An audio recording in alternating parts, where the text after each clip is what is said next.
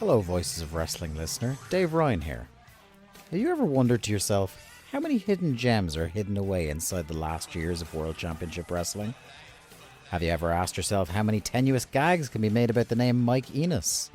And have you ever thought about what it sounds like for two Irishmen to interpret a very chaotic company through its B show? The answers to all this and more are just a click away. Check out Days of Thunder every second Thursday on the Voices of Wrestling podcast network.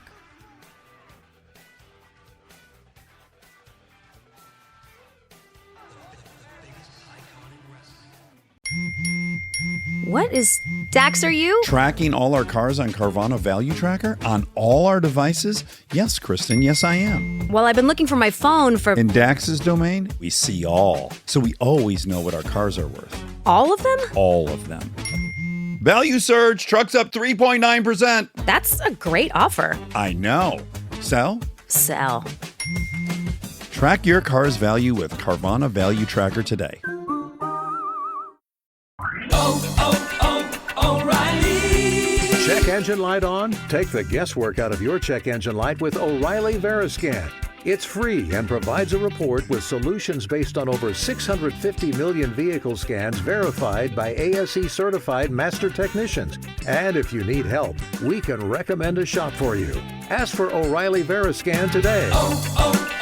O'Reilly Auto Parts. This podcast is a member of the Voices of Wrestling Podcasting Network. Visit voicesofwrestling.com to hear the rest of our great podcasts, as well as show reviews, columns, opinions, and updates across the world of wrestling.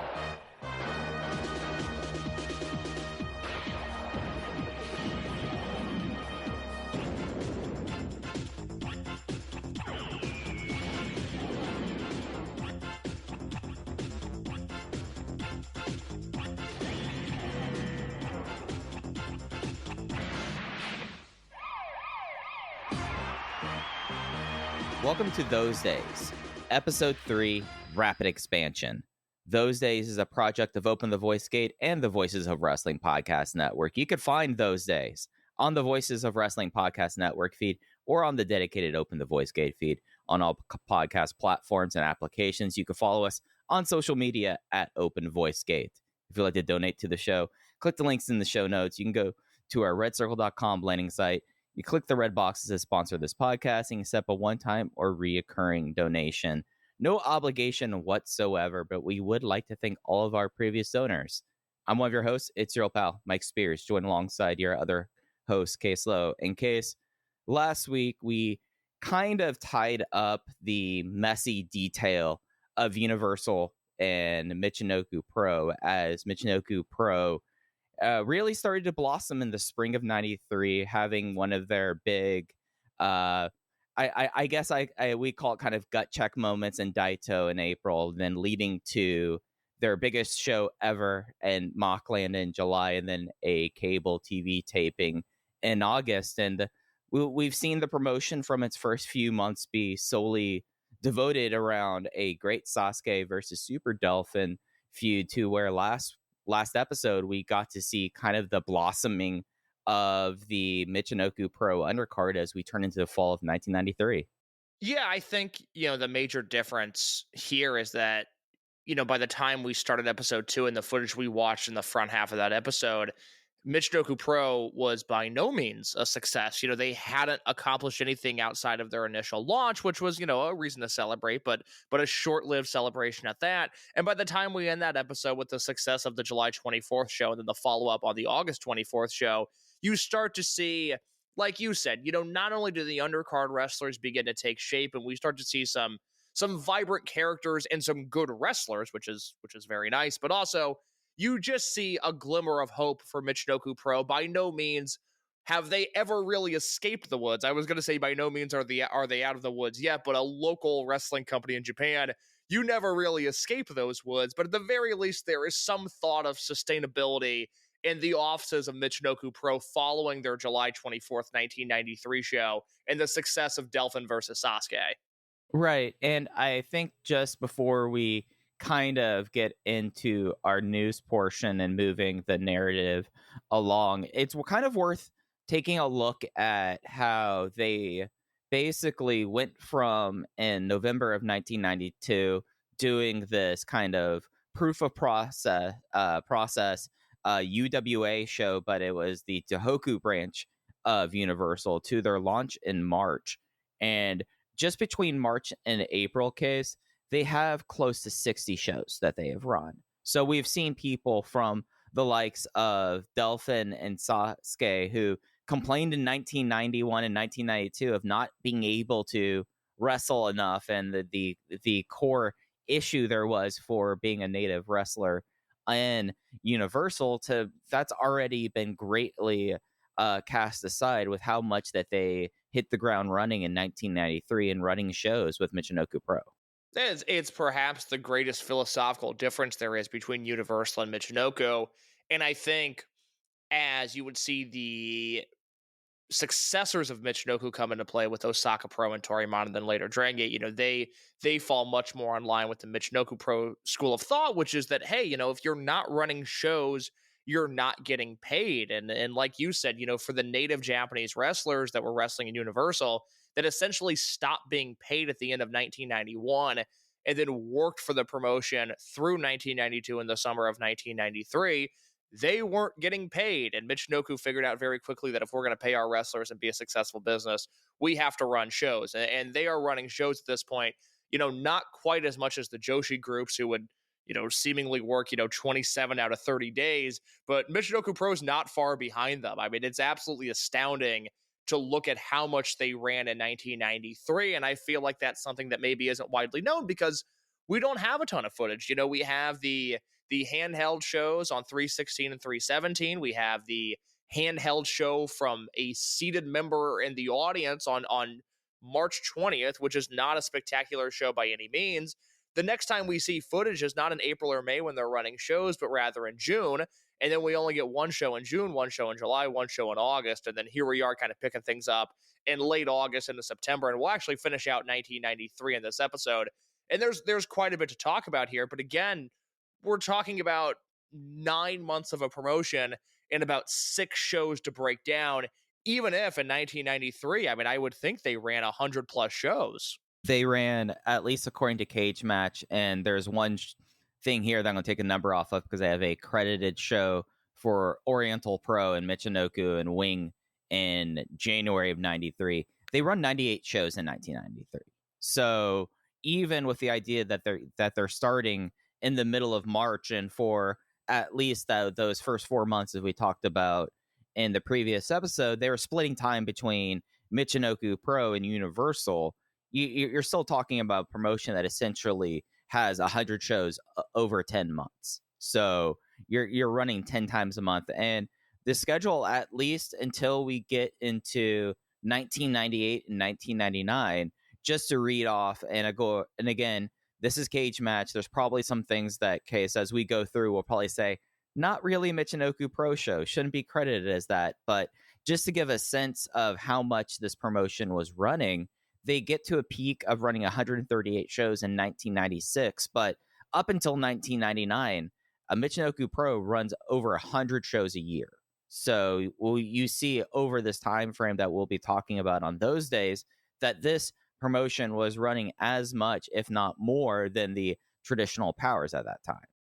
Yeah.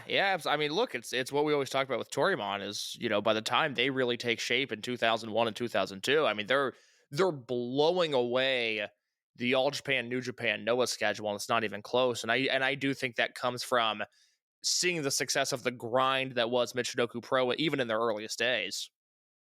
Yeah, it becomes very clear that the key part of the formula for Michinoku is that they run as much in places that don't necessarily have the pro wrestling. It's the entertainment and locality formula that Sasuke stumbled upon over those Universal tours. But Case, before we get into how things close out in 1993 with Michinoku Pro, there's a lot of things that are still happening within the wrestling world, including we still have to deal with our good friend Hisashi Shenma. So we're going to talk about Hisashi Shenma here.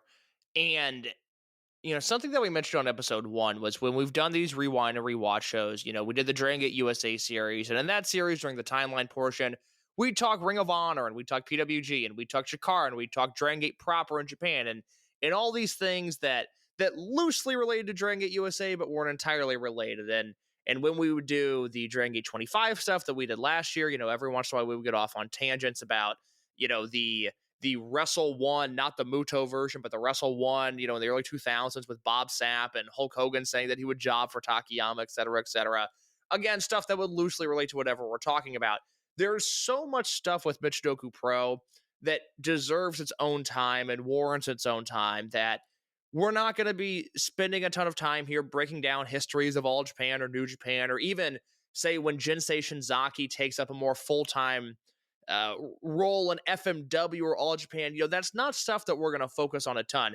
This Hisashi Shinma story in the summer of 1993 is probably as Michinoku adjacent as we will get, but this really acts as the epilogue for Hisashi Shinma's involvement with pro wrestling. And without Shinma, of course, there is no Gran Hamada, and at least in terms of the global outreach that Hamada had. With Hamadas, there's no Universal. With no Universal, there's no Sasuke. With no Sasuke, there's no Michinoku Pro. So again, this doesn't necessarily tie into the day-to-day of Michinoku Pro. It really doesn't affect it whatsoever. If anything, it affects the shell of what would be Universal Pro Wrestling, which we talked about a lot last week. But I do think this story is worth telling, Mike. Yeah, because when we addressed Shinma and Universal, that was in a lot of ways in the aftermath of the most important relationship, arguably, of any wrestler and their business people in Japan, and during especially the boom period. And I think that this big event that we're going to talk about in 1993, I've kind of hammered the point home about how drastically Japan's economy and culture changes from the late 80s, early 90s, the end of the Japanese post-war miracle and the asset bubble popping, and how things really just plummet for Japan in ways that, I mean, this time period in 1993 that we're going to talk about, I mean, economists still lump in 2025 of 1993 because of how much of a change that happens. And when we talk about Hisashi Shinma and what his role was in Universal, we have to do that in mind, that this was someone that when we talked about the 80s with him, he was most known as the right-hand man, in a lot of ways, the business sense that was attached to Antonio Inoki. And in 1993, we see, at least, and this goes on much further than just the scope of those days, but perhaps one of the, if not the most important relationship in Japanese pro wrestling gets severed over the summer between Antonio Inoki and Hisashi Shinma. Yeah, I mean, the first decade of New Japan's success is largely attributed to what Shinma did and what his vision for Inoki was. So let's get into the story. And I'll say, so we're going to read from two different observers here, starting with the July 5th one and then his follow-up on July 12th. In the July 12th Observer, Dave has a Shinma quote that is one of the most damning character assassinations that I have ever read in my entire life. Shinma says this thing about Inoki that I gasped when I read it. So we will get to that here momentarily, but we start on July 5th, 1993, the Wrestling Observer newsletter, when Dave writes, "Although our details at press time are sketchy on this story, there is a major political scandal in Japan going on involving Antonio Inoki, the second most famous wrestler in Japanese history and currently a member of the Japanese Senate, and both the figurehead leader and oftentimes real leader of New Japan Pro Wrestling since its inception more than 20 years ago. It started about 6 weeks ago when Inoki and longtime business manager Hisashi Shinma, who during the late 70s and early 80s ran New Japan Pro Wrestling and recently has been in the pro wrestling news again by getting involved in the rebirth of the new Universal office in September, split up. At about this time, Inoki fired a female secretary at his political office who apparently had been loyal to Shinma. The woman went public, many believe at the urging of Shinma, and wrote articles in weekly magazines alleging Inoki with both district and federal income tax evasion going back 10 years, talked about Inoki's involvement with the Sagawa Express, a Federal Express type company that was his personal political sponsor, and also bailed New Japan out of a financial crisis in 1987, both in his election campaign and also sponsoring New Japan in 1987 as a way to get Inoki back in charge of the company after his 1983 debacle where he had to resign as company head to his allegations of financial improprieties. She also expressed, and God, do I love this next sentence. She also expressed that Inoki had nothing to do with getting the Japanese hostages out of Iraq during the Persian Gulf War, and that he simply happened to be in the right place at the right time when a deal was made and took credit for it. The story has been a big deal in the mainstream Japanese media as well as the sports pages. Inoki went into seclusion when the story broke, but made his first public appearance in more than 1 month on June 29th. Shenmue also called a press conference on Tuesday and did what looked like a wrestling angle where he punched a male secretary who still worked for Inoki on a live television newscast, who was knocked out and carried off. New Japan president Seiji Sakaguchi, amidst the crisis, said that, quote, Inoki's problems don't have anything to do with wrestling, which is really successful right now, end quote. Many political media types in Japan have suggested that Inoki should resign from the Japanese parliament. My goodness, Mike Spears, that is the July 5th, 1993 Observer News update. What do you make of all that? Yeah, let's unpack this for a second and give you a little bit of a break. So in 1983, Kotetsu Yamamoto and other people within the New Japan office were able to force out both Hisashi Shinma and Antonio Inoki alleging financial improprieties. This kind of was the thing that later sent Shinma into starting UWF with Akira Maeda and others. But more specifically, this was a instance of palace intrigue that Kotetsu Yamamoto, who was essentially tied to the hip to Inoki from the JWA split, where he was like one of the ones that was when Inoki got fired, when JWA and Toyono Nobori discovered that Inoki was talking to TV Asahi and was trying to launch his own thing. Yamamoto stood up with him and went with him. And then essentially for the first 11 years of the promotion, you had this strong core of Sakaguchi, especially when he retired, ending up being like this office figure, but along with Shinma and Yamamoto. 83, they get Shinma and Inoki out. Very briefly, Inoki gets pretty much brought back in, and then as he's able to get his way back in, he uses the kind of heirs to launch that successful political campaign in 87. And the Iraq War statement case, at least at the time, and when you go through it, and in the years past, we've seen how Antonio Inoki, very similar to some American politicians, has been able to switch into this political ambassador figure that Inoki was able to really capitalize in 1991. Inoki, and I'm not going to disparage this because it could be very well true about this, and especially with someone's like close held beliefs, he gets himself tied so closely with the Middle East that he converts to Islam, and that is something that Inoki kind of like always banked on, even in the 2010s and through the rest of his life. Like this link that Shenma is essentially through this secretary that he liked was going like, no, it was purely circumstantial. And in case when I started like looking into Inoki in this thing, you remember Yusuf Turk? Yes. Yusuf Turk was like someone who had a plane that he was able to get people in and out of. Was the was essentially what Inoki was alleging, that he was getting these hostages out of the way. But as we see, at least on July 5th case, we already start to see this big facade go away with Inoki, that I think as this entire scandal kind of takes hold and we see how things go with him into 93 and afterwards, this is a moment that really changes the public perception of Inoki. And I would say that at least over the next 7 years, even though Inoki has kind of like an outside presence, you kind of see a little bit a readjustment of, it was always kind of Ricky Dozen number one, right? As like a big wrestling cultural figure, Inoki number two, Baba number three. You kind of see over the next 6 years a little bit of like a repositioning of trying to make Baba kind of supplant Inoki with this as the fallout of this 93 scandal. Yeah, and it comes at a weird time in Inoki's career where he's in political office, obviously, and that leads to a far less active presence in New Japan Pro Wrestling. So he's right. He's in he's on his way out in a sense already. But you've got the Three Musketeers already in there. I mean, we're talking about 1993 New Japan.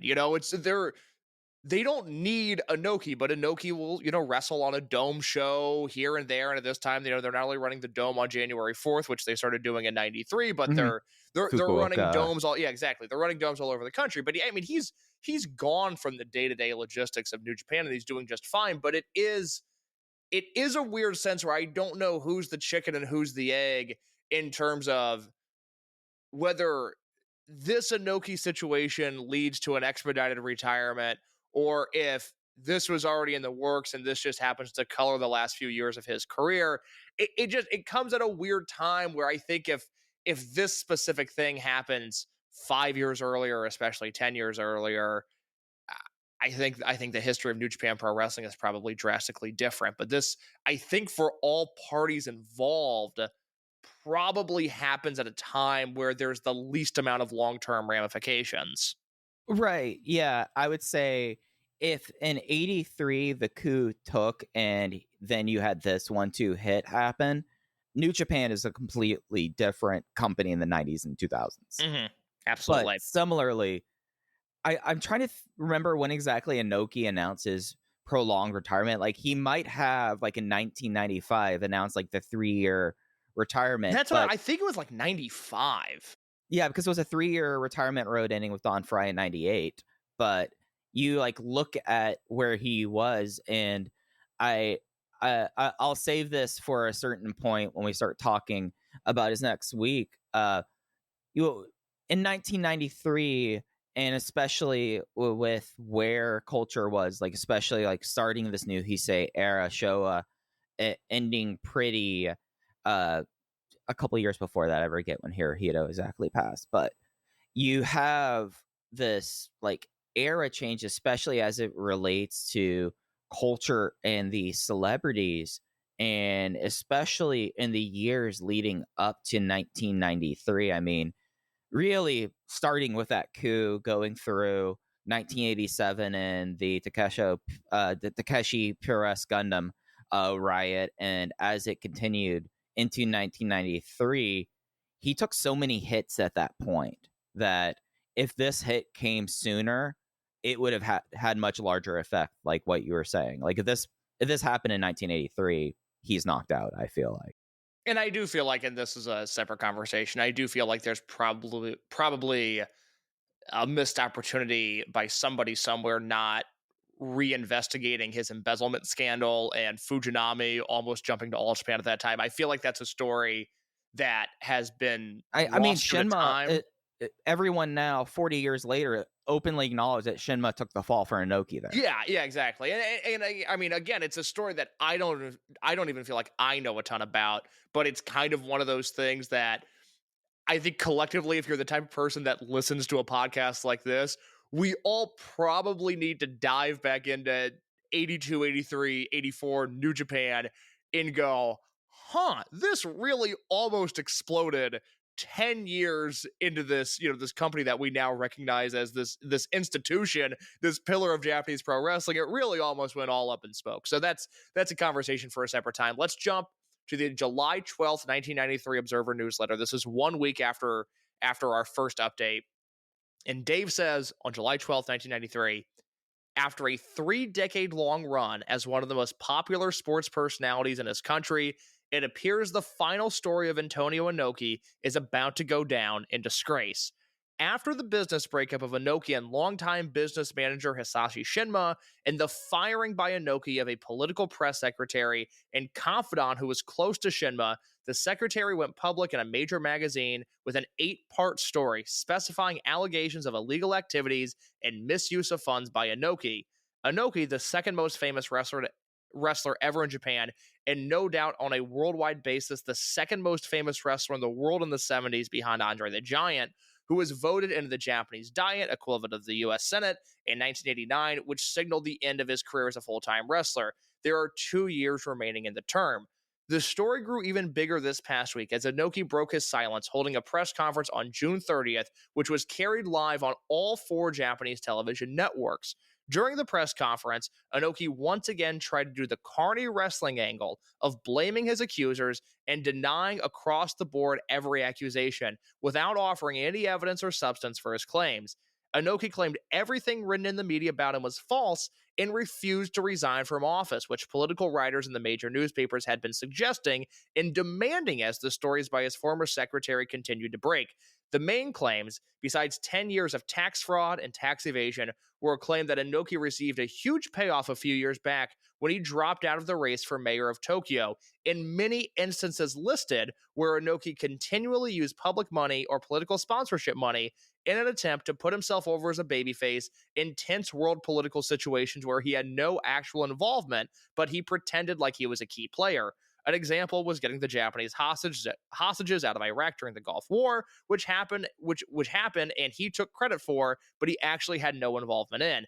Inoki went so far as to attempt to besmirch the reputation of his main accuser in the media outlets that reported the story. The secretary, an attractive 37-year-old career-minded woman, say less Dave Meltzer, saw Inoki make implications about quote, having relations with Shinma and got stories into the media by, quote, doing favors for key editors.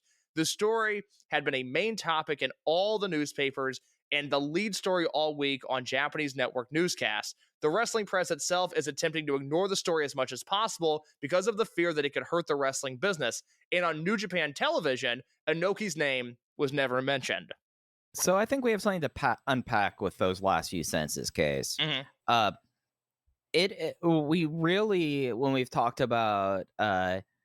Lucha Shimizu and Wally Yamaguchi, we talked kind of obliquely about their position in the wrestling media.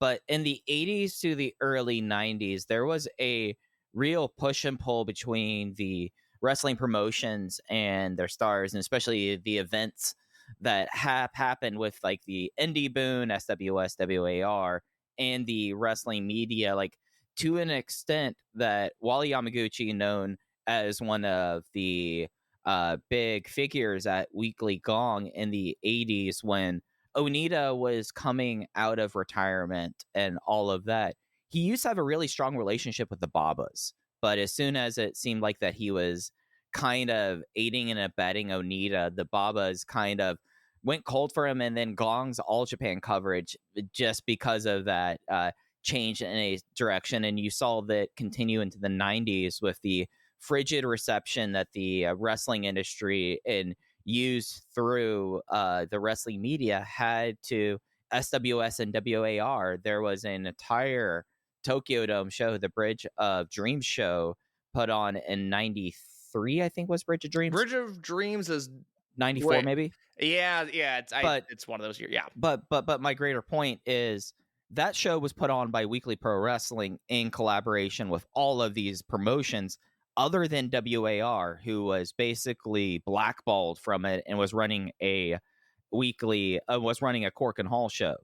Most of the newspapers just reported for that Bridge of Dreams show just the Tokyo Dome show because of the strength of the wrestling promotions kind of putting their thumbs on the scale a bit, and only Weekly Gong was the one that covered the WAR one. So the wrestling press at that time in 1993 trying to ignore the story, a lot of that is because of how the relationships in the wrestling media in comparison to the promotions kind of went to shit in the late 80s. And this used to be a very collaborative kind of process, Case. I mean, going through and studying Wally Yamaguchi over this time period, the wrestling media, at least within the Japanese press, had like such an outside role, not only doing media, but also helping out communication and facilitating excursions and all of that, that the overall organism really could not handle the idea of Inoki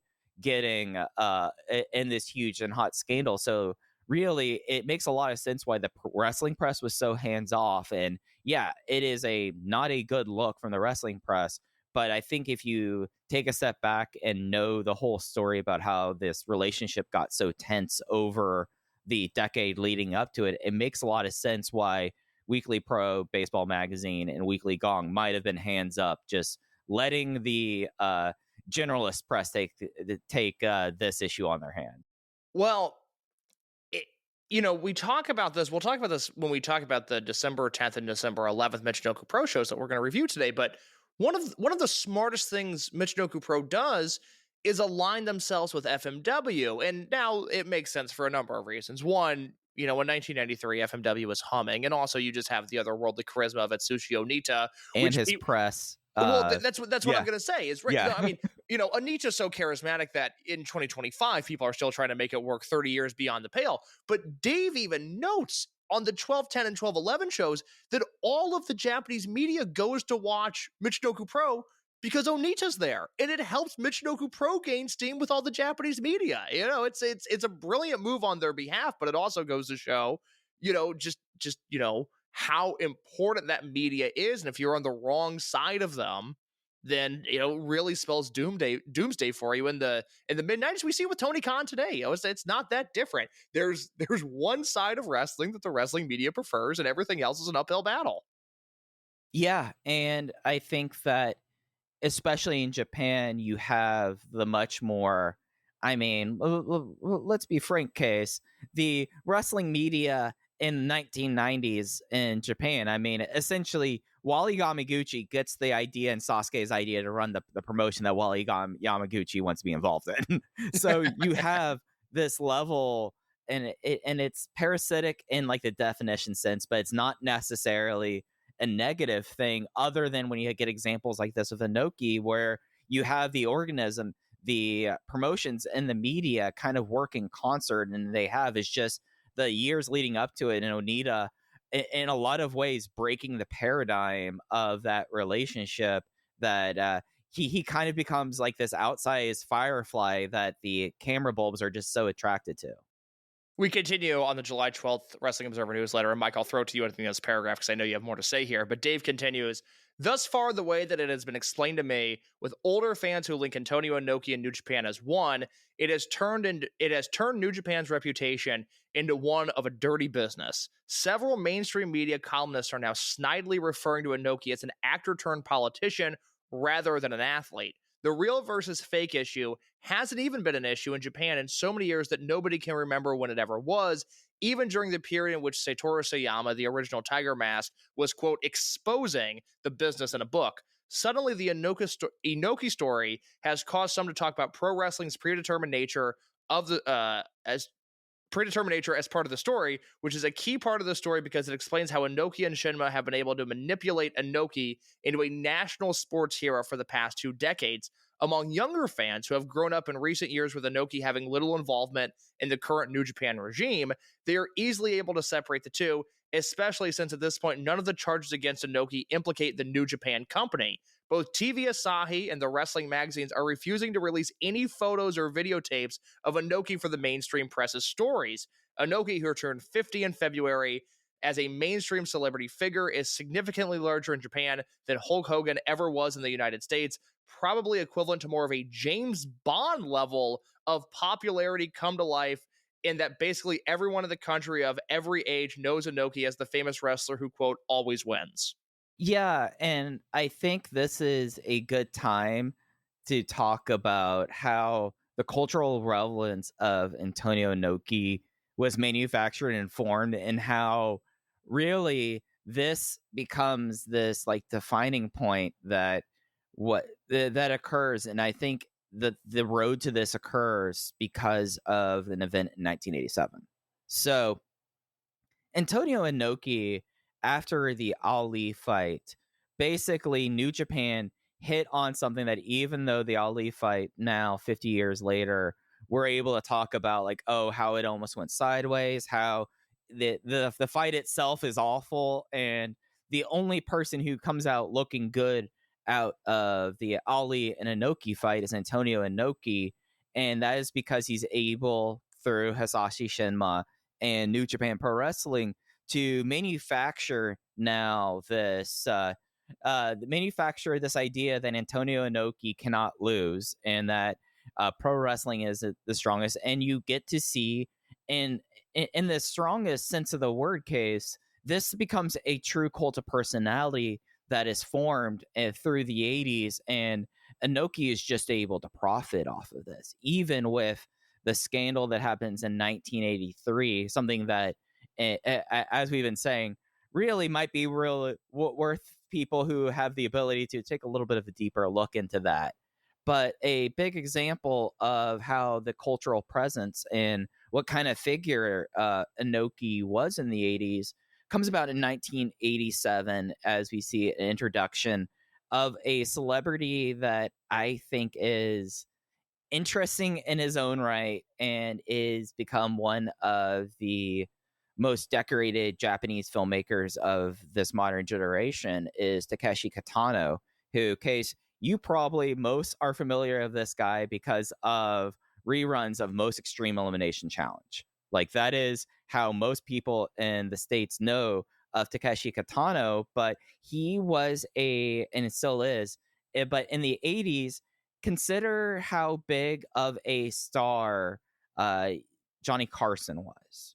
And it's a kind of now a dated reference, but he had a level of cultural cachet where at one time Takeshi Kitano had primetime shows with TV Asahi, Fuji TV, Nippon TV, and I'm blanking on the fourth network, but basically all the major networks were having shows in primetime with this guy because he was this popular. And the unique thing about this guy is, I said that he has a position like Johnny Carson. His personality is a lot more like Conan O'Brien. And in 1987, his relationship within the comedy community and with the figures of Antonio Inoki was so strong that basically Riki Choshu and the Pete Bookers were wanting to bring in this wrestler called Big Van Vader. And they decide, how do we need to bring this guy in? Well, we're going to get involved with our Johnny Carson, Conan O'Brien, and he's going to lead this pro wrestling army, and he's going to build it up on his radio and TV shows until the end of 1987, where he's going to invade Sumo Hall with the Takeshi Puresso Gundam, and that he would hold tryouts. His trainer was one Apollo Sugawara, and that is how Super Delphin, Jado, and Gato got their first break in pro wrestling, was doing Takeshi Puresso Gundam, and getting trained by Apollo Sugawara in Wally Yamaguchi's gym basement, because the Weekly Gong office also had a basement wrestling ring there.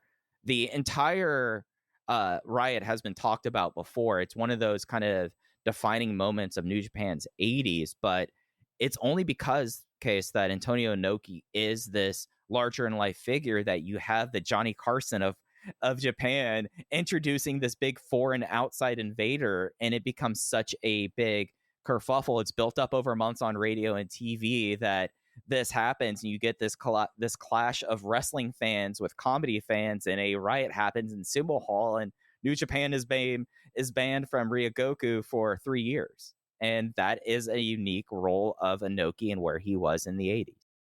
Yeah, I think that's incredibly well said. So let's close it out here. Again, this is the July 12th Wrestling Observer 1993 newsletter, and this is really where Shinma turns it up a level. So Dave continues by saying, the reporters covering Inoki's press conference where he denied all charges went after him strongly.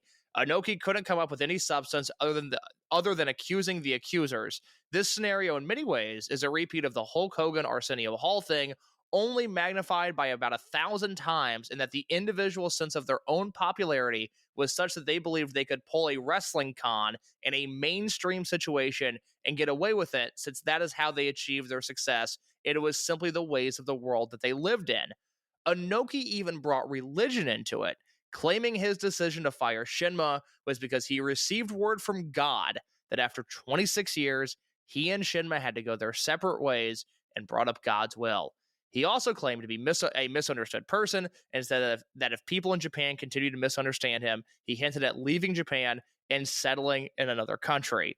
Shinma, the son of a Buddhist priest, countered Inoki's claim of religious intervention by saying it was funny how a man who never visited the grave of his daughter, and Dave notes in parentheses that Inoki's daughter died at a young age from cancer, or parents, and never went into a church or prayed, could all of a sudden use religion as his ally.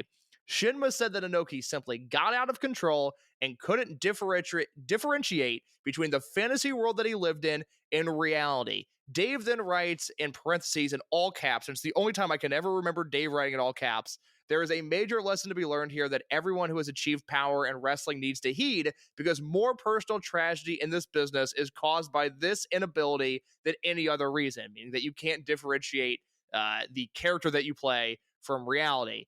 And then he continues by saying, Shinma, who will be the promoter of the new Universal office that opens in the fall, said that when Inoki was a wrestler, he, meaning Shinma, was able to fix whatever trouble Inoki got himself into when his ego was out of control. But Inoki was in a world which was more heavily scrutinized, and he continued to be blinded by the belief that he was able to manipulate reality as if it were a wrestling angle. Shinma said that after 26 years of being friends and business associates with Inoki, he finally gave up trying to cover for him.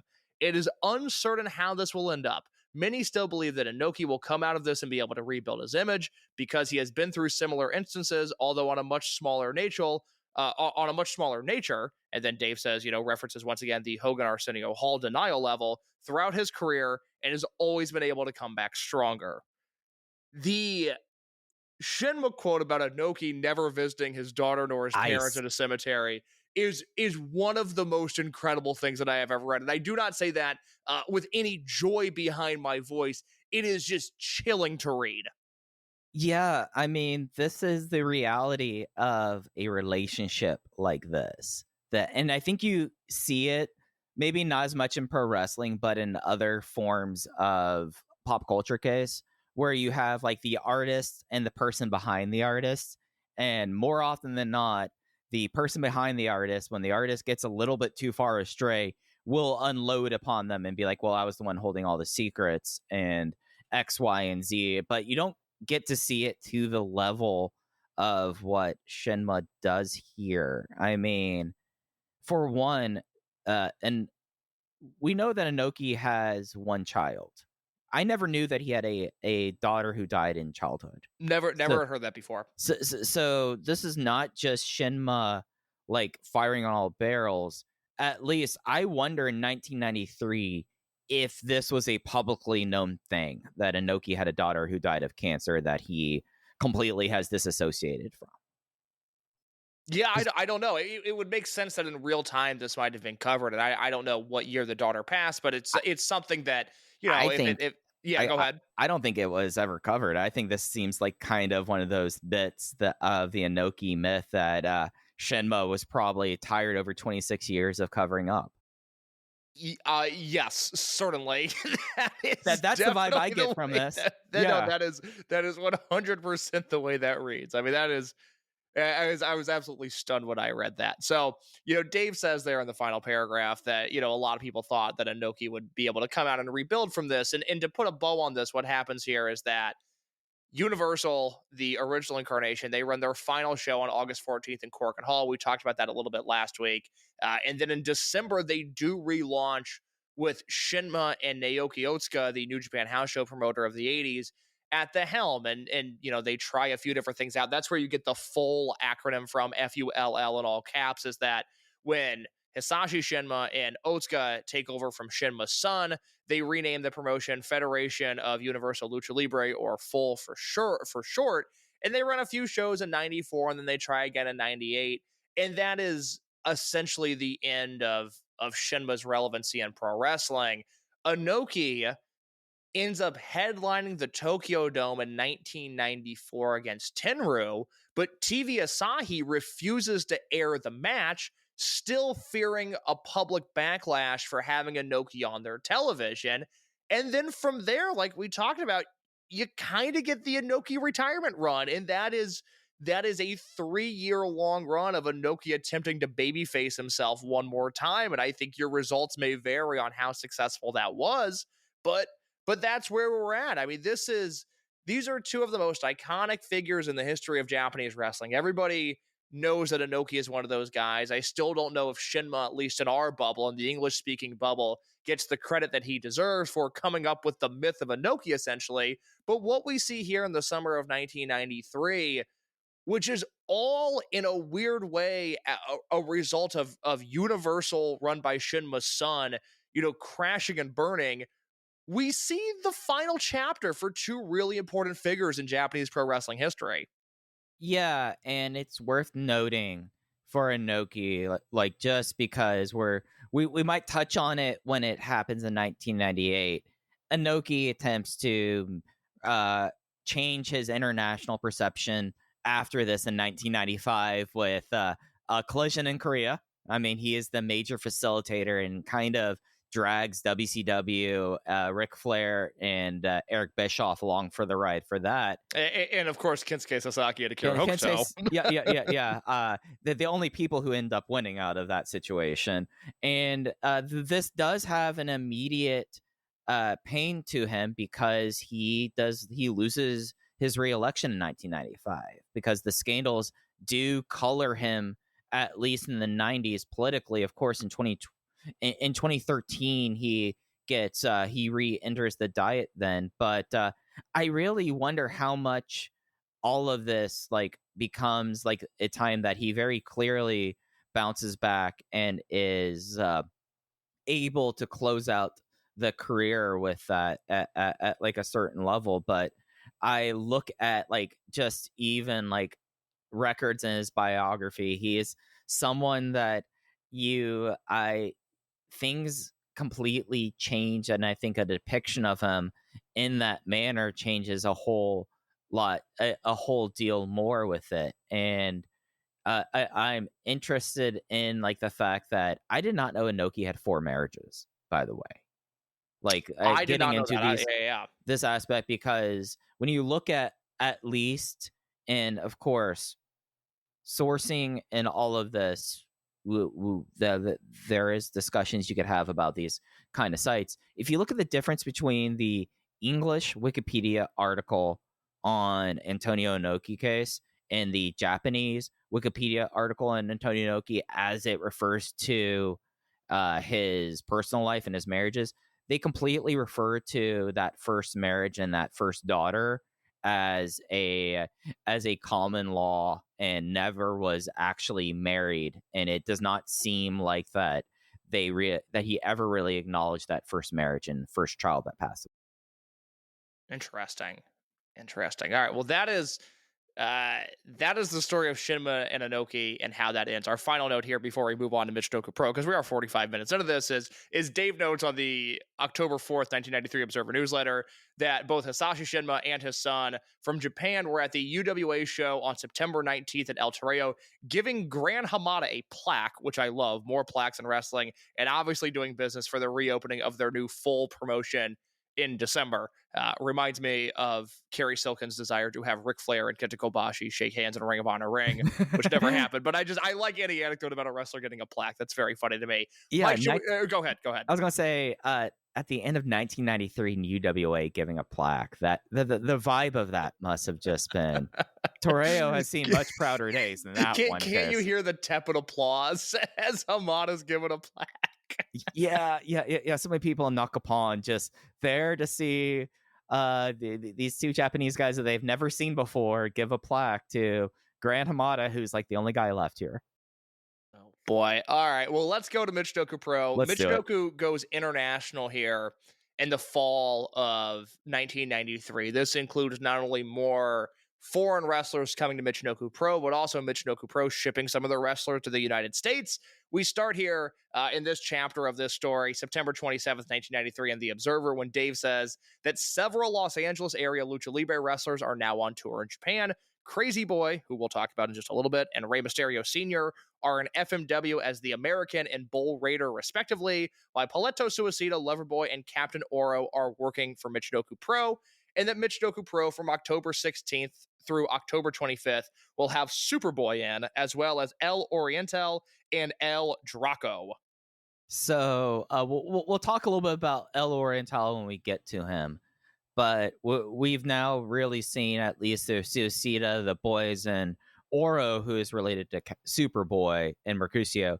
They have this strong core now of LA luchadors that they lost the UWA guys, but I would say that by entering the fall, you're starting to really see a strong luchador core, at least in 1993, of the people who are around and what kind of roles they fill. Very much so. We will now return to the reoccurring segment of what Michinoku Pro wrestlers are going to what Mexican promotion and when. Dave says in the September 29th, 1993 Observer that Celestial, who was a Black Man Unmasked, regained the UWA welterweight title from Super Delphin of Japan's Michinoku Pro Wrestling when Delphin came to Mexico City on August 28th to drop the title. Delphin had won the title just a few days earlier in Tokyo from Great Sasuke. Delphin, who lost his UWA welterweight title in Mexico City on the 28th, also has a UWF Super welterweight title defense against Pailito Suicida on September 23rd. He would retain that title. The relevancy here, Mike, is that Dave has this written to the Observer that Delphin went to the UWA on August 28th and lost the title. I have no record of this on Cage Match nor on Lucha DB. I am not saying that it did not happen, but it is a good point of note here that I said last week, Delphin never works Mexico again after 1992. It does appear that he worked one date in 1993 and dropped the title to Celestial. Yeah, which kind of lends credibility to the idea that this, if it was Delphin or if it was Sasuke, that they bought this reign just to run with that title over the summer, because the UWF Super Welterweight title just does not really ever become like that kind of title belt. I guess we could talk about this 3 episodes in. Throughout the history of those days, Michinoku Pro will never have their own title belts, just so that folks know that Tohoku belts come around in the 2000s. But yeah, I'm really of the belief that these 2 title belts, this UWA Welter and this UWF Super, there's an air, at least to me, around these 2 belts that these were actually now at this point vanity titles. Yeah. I mean, yes, they're vanity titles. You're right. There's no denying that. In terms of the Michinoku Pro title scene, I don't even think about titles until 1996 when you start to see the J Crown get formed. I live under the assumption that whatever title Delphin has is the title that matters.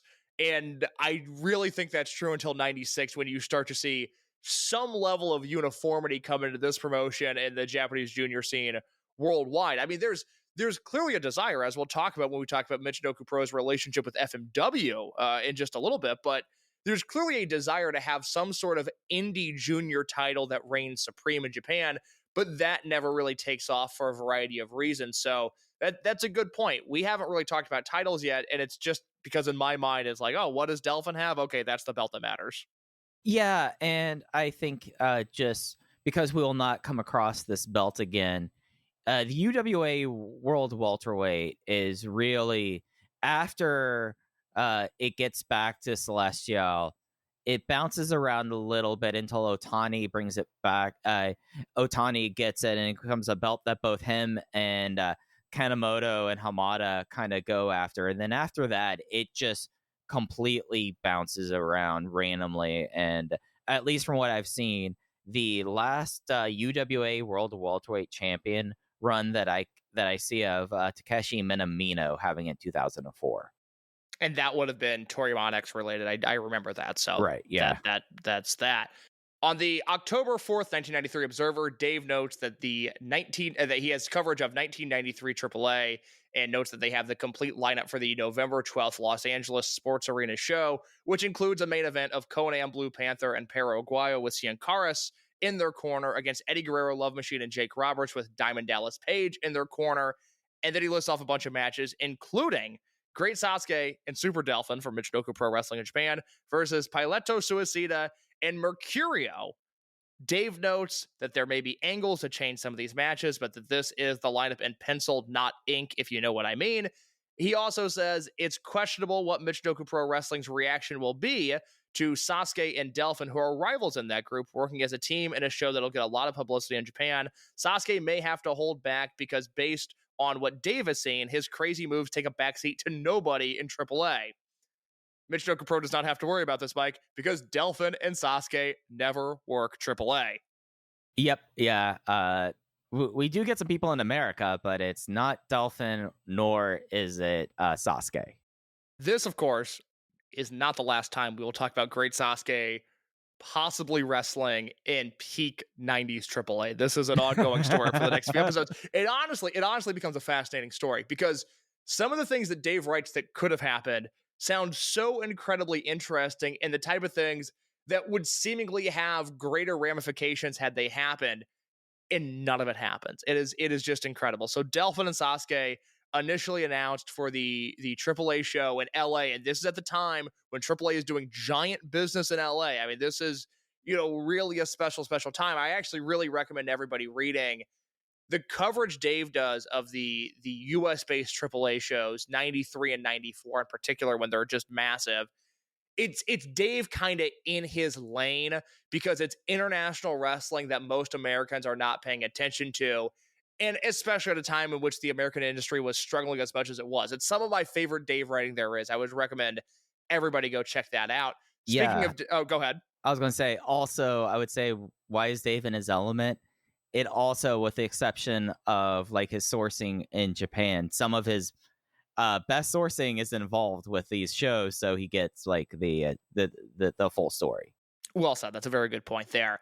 Continuing in the Observer, October 18th, 1993, Terry Boy, Shiryu, and manager Mr. Toyota, Wally Yamaguchi, will be appearing for Michinoku Pro in Japan on the Global Show on October 29th at the Sportatorium. He follows up a week later. Michinoku Pro wrestlers Terry Boy, who was working as Terry Otsuka, and Shiryu worked 3 Texas dates, but were very unimpressive, including Terry blading right in front of the fans in his Sportatorium match. He rules. I mean, like, one of my big favorites coming out of the first few episodes is how awesome Terry Boy is and how committed he is to the bit. We don't have footage of that, which really, really sucks. I would like to see that. That would be the preview clip for this episode. Would be Terry blading. I have a different one, Case, that I'll point out later. But yeah. Oh God, it's so good. Dave also notes in that November 8th, 1993 Observer that Michinoku wrestlers Sato, Jinsei Shinzaki, Grand Nanama, and Taka Michinoku, and All Japan women's wrestlers Bull Nakano, Etsuka Mita, and Mimi Shimoda, and Karu Ito will tour South Korea from November 19th through November 26th. Obviously, we don't have footage of that. What we do have footage of, and Dave notes this in the November 15th Observer, after Terry Boy and Shiryu of Michinoku Pro Wrestling impressed nobody in Texas last week, they stole the show at an indie show on November 6th in Compton, California, in what was said to have been one of the best matches of the year in California. This match is on tape. It is on Roy Lushier's CMLL channel. I'm assuming that Roy filmed this match himself. I could be wrong, but it is Shiryu, Pileto Suicida, Oro, and Jalisco against Terry Boy, Loverboy, Superboy, and Bobby Bradley. It is a 37-minute match. I do not think it holds up whatsoever. No, it does not. I am absolutely blown away by the fact that we have footage of Terry Boy, Superboy, and Shiryu wrestling in Compton, California in 1993. Yeah, and you get to see Terry work Rudo, which is kind of a new thing, seeing that he was really attached to Jinsei Shinzaki as he came in here. And we finally kind of get to see what an issue I'm going to have, Case, through the series, and I can now talk about it openly through episode 3. It is the overwhelming question for me: when does Shiryu get good? And that's okay. and the answer is, well, he's at his best in 1993 when he's getting his ass kicked by Superboy and Terry Boy. That's an interesting thing to watch as we go along here, especially. Well, I guess he's Shiryu the entire time. He never really works as Kaz Hayashi. Okay, it'll be interesting to know, because I do not mind him in 93. Now, he's not what he would become, but I haven't I haven't been plagued by his existence, but that is going to be something that'll be interesting to watch as we go along. Yeah, I just think that maybe it's because you're watching someone do this kind of character in 1993 versus how those characters are in 2025. But Shiryu feels like the most dated person on the roster at a lot of times. Yeah, if we're not counting Yone Ginjin, then yes. I mean, Yone Genjin's a comedy character at this point. Is he? Is it supposed to be comedy? Because I have not picked up on that. Yeah, that's fair. That's fair. But no, yeah, this has to be Roy filming this. I did look a little bit into like the LA Lucha scene, and apparently, I did not write down this guy's name, but I should have. There was this one guy who ends up training most of the LA-based luchadors, and he basically has like an auto repair shop that by day he repairs cars, and then at night he's training luchadors. It feels like right out of a wrestling anime in that regard. I was just about to say that feels like that could have been a movie, and Yeah. I'm now disappointed we don't have that movie. Yeah. Can't you imagine 1993 Superboy on film? Yes, I can quite easily. I love that idea. Yeah, he's great. So that is where we're at with Michinoku Pro in terms of their international expansion. We start to see, again, just over the last 6 months in these observers, they talk about Delphin going back to the UWA, Delphin and Sasuke going to CMLL, Delphin and Sasuke going to AAA and working one of their Los Angeles sports arena shows, which is I think where they might have succeeded the most, at least initially in AAA. I mean, that's, again, they're doing major business there. That is not a throwaway show by any means, and yet none of that comes to fruition. We do, luckily, though, have Shiryu and Terry Boy and Compton, California. Back in Japan, this is where we see this incredible 3-month run. We were kind of talking about this before we started recording. September of 93 through December of 1993, Michinoku Pro and FMW are in lockstep with one another. You see a ton of cross promotion. I think you see both promotions benefit from working with one another. And you see here over the 3 Michinoku Pro shows that we'll talk about a significant amount of FMW impact on these shows. So as FMW and Michinoku Pro join forces, we'll go to the Observer here, September 29th, 1993, when Dave says, FMW and Michinoku Pro are working together even more heavily. Atsushi Onita will even work a Michinoku Pro show on September 28th, teaming with Great Sasuke against Super Delphin and a mystery opponent. This would get changed, right, to Shinzaki and a mystery opponent? Yeah, it ends up being Shinzaki and a mystery opponent. Yeah, and that would be Mr. Pogo, to spoil the show that we're about to review. Dave continues, Pileto Suicida, Captain Oro, and Loverboy from Los Angeles will tour the promotion from September 18th through September 28th. Viva La Lucha editor Kurt Brown now books foreign talent for Michinoku Pro. Both groups are combining for a tournament to create what will be called the Independent World Junior Heavyweight Championship, with 10 Michinoku Pro wrestlers and 8 FMW wrestlers throughout the month of September, wrestling in a tournament where each promotion will run their own single elimination tournament. And then he lists off the FMW wrestlers, which would include the man that would later be known as Hayabusa, Koji Nakagawa, the American, Battle Ranger Ricky Fuji, Onita Jr., Bull Raider, and Damien, while the Michinoku Pro tournament will have Captain Oro, Terry Boy, Sasuke, Loverboy, Pileto Suicida, Sato, Super Delphin, Grand Anawa, Shiryu, and Taka Michinoku, with the 2 winners facing off for the title. We will get to that in a moment, but Mike, it is time to talk about September 28th, 1993, a Michinoku Pro show here that features the Michinoku Pro debut of Atsushi Onita. that's right. And a little game that we will kind of play as we go on through the show, similarly case to where is Sasuke going to work in Mexico next, is which show is being billed by Dave as the biggest Michinoku Pro show to date. Because this is the 5th biggest Michinoku Pro show to date here in Akita, Hanjo, Japan. But here's the problem. The show that Dave is listing as the biggest show to date, 436 fans were in Akita that day, easily trumped by Mockland and other shows. And as we get going in this relationship, even those shows are going to be put in the dumpster by some of the houses that are going to happen out of this relationship. But this comes to us as a expanded Champ Forum episode. We have Terry Boy, who is with the studio commentary doing the team. We get a long portion, which is with Arai of FMW kind of talking about this tournament. We do not get on this tape a dark match, Masato Yakashiji, Nahiro Hoshikawa going to a time limit draw, but we do open up with a tag team match. It is Terry Boy and Wellington Wilkins Jr. versus Akihiro Yonakawa and Leopardo Negro. And some of the last times we'll be referring to them by that name because Mr. Toyota is with the heel team, and Yonakawa has changed a lot since the last time we've seen him, Case. So Yonakawa is doing the Yone Genjin act at this point. This is the last time we see Leopardo Negro because he loses his mask in October 31st. And he does have a Leopardo Negro match on the Lucha Paradise comp. Okay, all right. We'll talk about Lucha Paradise comp in just a second here. But it's, the last time that he would make TV as Leopardo Negro.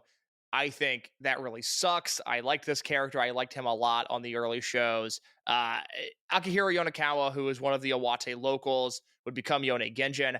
I don't necessarily have, whether it be the cultural touchstones or even just the English-speaking words to describe the Yone Genjin character. Mike, do you want to take a stab at that real quick?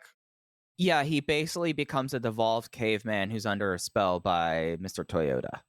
Okay, wow, you did that much more efficiently than I would have. So here's the deal on this 928 show. I'll make this real quick.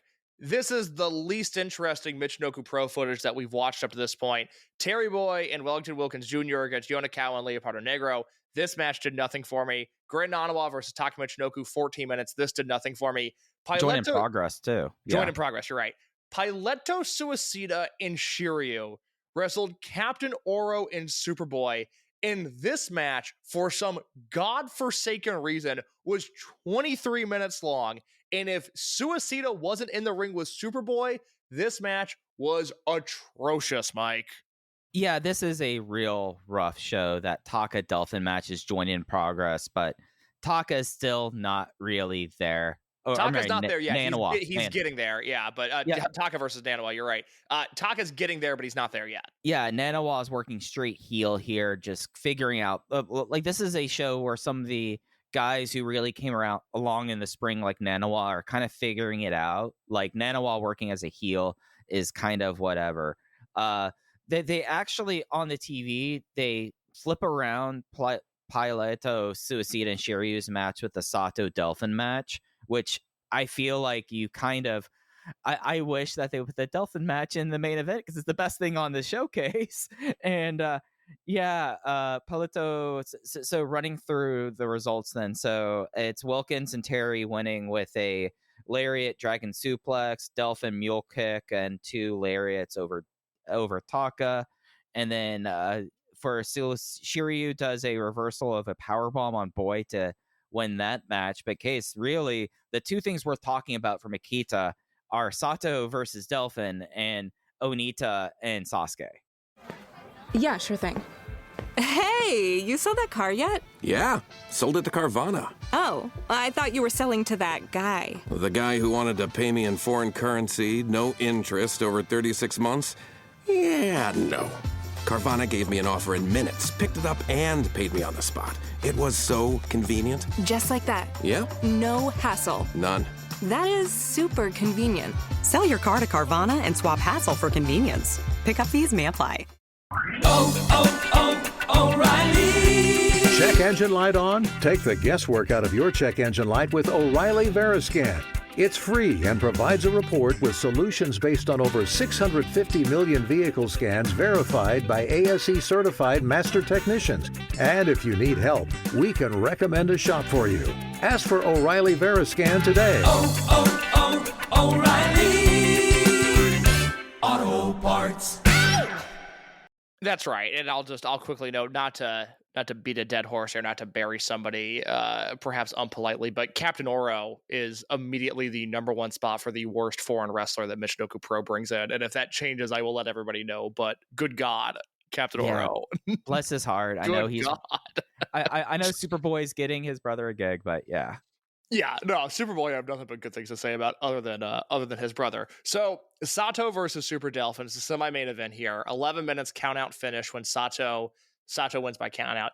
This becomes one of the most important feuds in the history of Michinoku Pro, because you have it in two stages. You have Sato versus Super Delphin from 93 to 95, with Delphin as the heel and Sato, who I think we'll refer to, as Dick Togo going forward, and Dick Togo as the babyface.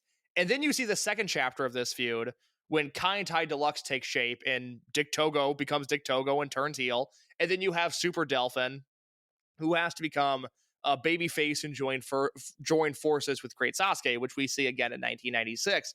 It all begins here, and it is so apparent in this match. We don't have Sato on those first two Michinoku Pro shows. We don't have any footage of the April tour where he's back, and he's in a lot of really interesting matches that sadly we've just never seen. I don't even think we get him on the June 19th show that made tape. So we're not seeing Sato Dick Togo until July of 1993. And he's in a pretty nothing match on the July 24th show. Luckily, on that cable taping in August, he's in the ring with Superboy, and you start to see flashes of the man that would become known as Dick Togo. And then here by September, he is well on his way, if not firmly solidified, as the best wrestler on this roster. Yeah, at the very least, he is the best work rate babyface on the roster. And we were talking about in episode 2 that he very quickly gets slotted in as the number 2 in the babyface army. It is, as soon as he comes back from that foot injury that he's out on that June show, he beats Taka, and then he is clearly the star of the cable taping. And you lead that to him versus Delphin, where you get the best working heel in the company versus the best working babyface in the company. And you're really off to the races in this kind of feud. It starts off with a big old brawl. Mr. Toyota forces someone at ringside to write the report to submit. I was wondering what that spot was. Thank you for saying that. If that's what that is, that's an awesome spot. Yeah. And the whole thing about Toyota, which we have not really talked about throughout it because it really has been an issue. He's never acknowledged as Wally Yamaguchi. No. It is always Mr. Toyota. So I think a little bit that was for the sickos doing that. That's really funny. I was wondering what that was. That's awesome. But you get to have this really chaotic brawling match where whenever they're in the ring, you get to see just excellent work between Sato and Delphin. And Sato is so clearly heads and shoulders the better worker than Sasuke, because just even in this 11-minute count out, the work rate is so much closer to the modern standard, and the crowd is so up for it. So Sato wins this match after a series of dives that he has done throughout the match. But this last one, he does a tope suicida, sending Delphin into Mr. Toyota into the crowd, and Delphin does not make the 20 count to get back in the ring. And this is the first time we've seen Delphin take a loss in Michinoku Pro. And I think what I like most... Other than the Sasuke feud, That's right. Yeah, July 24th. I think what I like most about this match is that it's everybody at their best, right? I say this, I'm going to say this a lot during this series, but I really think it's worth noting. I think it's part of the reason that we do it is if you only know Dick Togo as this New Japan Bullet Club guy, with the garrote wire, I mean, he's one of the most aggravating presences in all of pro wrestling. And especially like all caps Sato. I mean, now we're talking 30 plus years ago, and at a time where it's not like, it's the most remembered point in Michinoku Pro Wrestling's history. So people either forget or just don't know the type of wrestler that this guy was. But we're talking about somebody who, for lack of a better term, was a plus size luchador who was utterly flawless in the way that he moves around the ring. And this is true for this match and then their rematch on December 10th, which we will have a lot more to say on. But what really strikes me here is, Sasuke is always going to be Sasuke. He's not the cleanest wrestler. When he does something successfully, it is spectacular. When he fails, it is such a spectacular failure that it's a lot like Sabu, who shows up in December. But with Sato Dick Togo, like, he's just flawless. And it's incredible to watch the sequences that he has with Delphin in the ring in this match, because it's the highest level of wrestling that we've seen so far in Michinoku Pro. And then it's added on by the fact that Delphin is just such an amazing heel, and Mr. Toyota, Wally Yamaguchi, is an incredible manager. I really think, this is like an underrated character now in the history of Michinoku Pro. Is I kind of love when Mr. Toyota gets involved in these matches, because for those that maybe haven't been keeping up with the footage, that haven't seen him, this is a small, scrawny man. And it's not like Michinoku Pro is 80s WWF. This roster is not a big roster in terms of size, in height and in muscle mass. But even in front of the Michinoku Pro roster, this guy is miniature. And so when he gets involved, there's just a weaselly element to it that really works. And so having a spot like where Sato is able to hit a tope onto Delphin, and Delphin goes crashing into Wally Yamaguchi, who then flies through the rows of chairs that are there. That leads to Delphin being counted out. Stuff like that just really connected with me. This match is too short to be a really great match, but it's easily one of the most interesting things so far in the history of Michinoku Pro. Yeah, and you have promos and ring after match, and you're off to the races. And I have to say, at least through 93, and I know we credit this mostly to Wally here, the way that he has booked Super Delphin as a heel now into like his second headline program, it's not complicated, but it shows you that if you have the ability to do this real tour-to-tour storytelling at this point, like let's just take stock of Delphin for 1 second before we move on with this feud and the other things that he did. I tried to like find a chart of all the masks Delphin takes in 1992 and 1993, but Yamaguchi, and some of this starts in Universal and some of this is in Mexico, Delphin is being a mask hunter throughout 1993. And I would feel like that as soon as you saw this count out in the promos, if you're someone who is in Tohoku following this promotion, you're watching the champ forms, you're seeing what's published in Weekly Gong, at this point, after this match in the promo, you're like, all right, now we know that, okay, is Sato going to be the one that's going to be able to stop Delphin's just insanity here? Because to this point, he has taken Blackman's mask, he's gone for Sasuke's mask, he will very quickly take Leopardo Negro's mask, and now he's going for his fourth mask of the year, essentially. He gets Rocky Santana's mask when he's doing, I think, the Ninja Turtle gimmick. Right, yeah. And that's in 93 too. So that's Universal. In the succession of 2 days, because Universal in March, this is when they really started. They do these horribly contrived tournaments in 93 that are like, they're not fun to, even looking at the match listings, it's just like, oh shit, this is a lot of work to even look at this. But March 12th, Universal did a tag team tournament where the eventual loser of the tournament would lose their mask. And then March 13th is when he takes Black Man's mask. And then you've got the Sasuke stuff, and then Leopardo Negra, and then Sato at the end of the year. So it's 5 masks that he guns for in 93, and he gets, 4 of them? Yeah, he gets 4 of them. So, I mean, I just think that's like fantastic booking. And I think that also in 1993, in March, shows you that at least at that point, with the booking of Universal versus Michinoku Pro, there was a level of coherency, or at least trying to capitalize on that. So getting back to Akita, it's very clear, like at the end of this segment, we know that this feud is on here.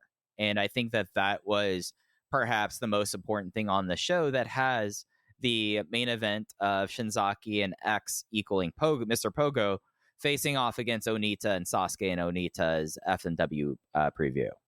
My favorite thing in this match actually involves Super Delphin, because there's a point where Sasuke is going for like a lion salt in the ring, and Delphin, I don't believe, starts this match at ringside. It wouldn't really make sense for him to. There's just a point where Sasuke goes for a dive in the ring, and Delphin literally comes out of nowhere and hits him with a forearm, and it's one of the more jarring interference spots I've ever seen, because it couldn't have been better timed than it was.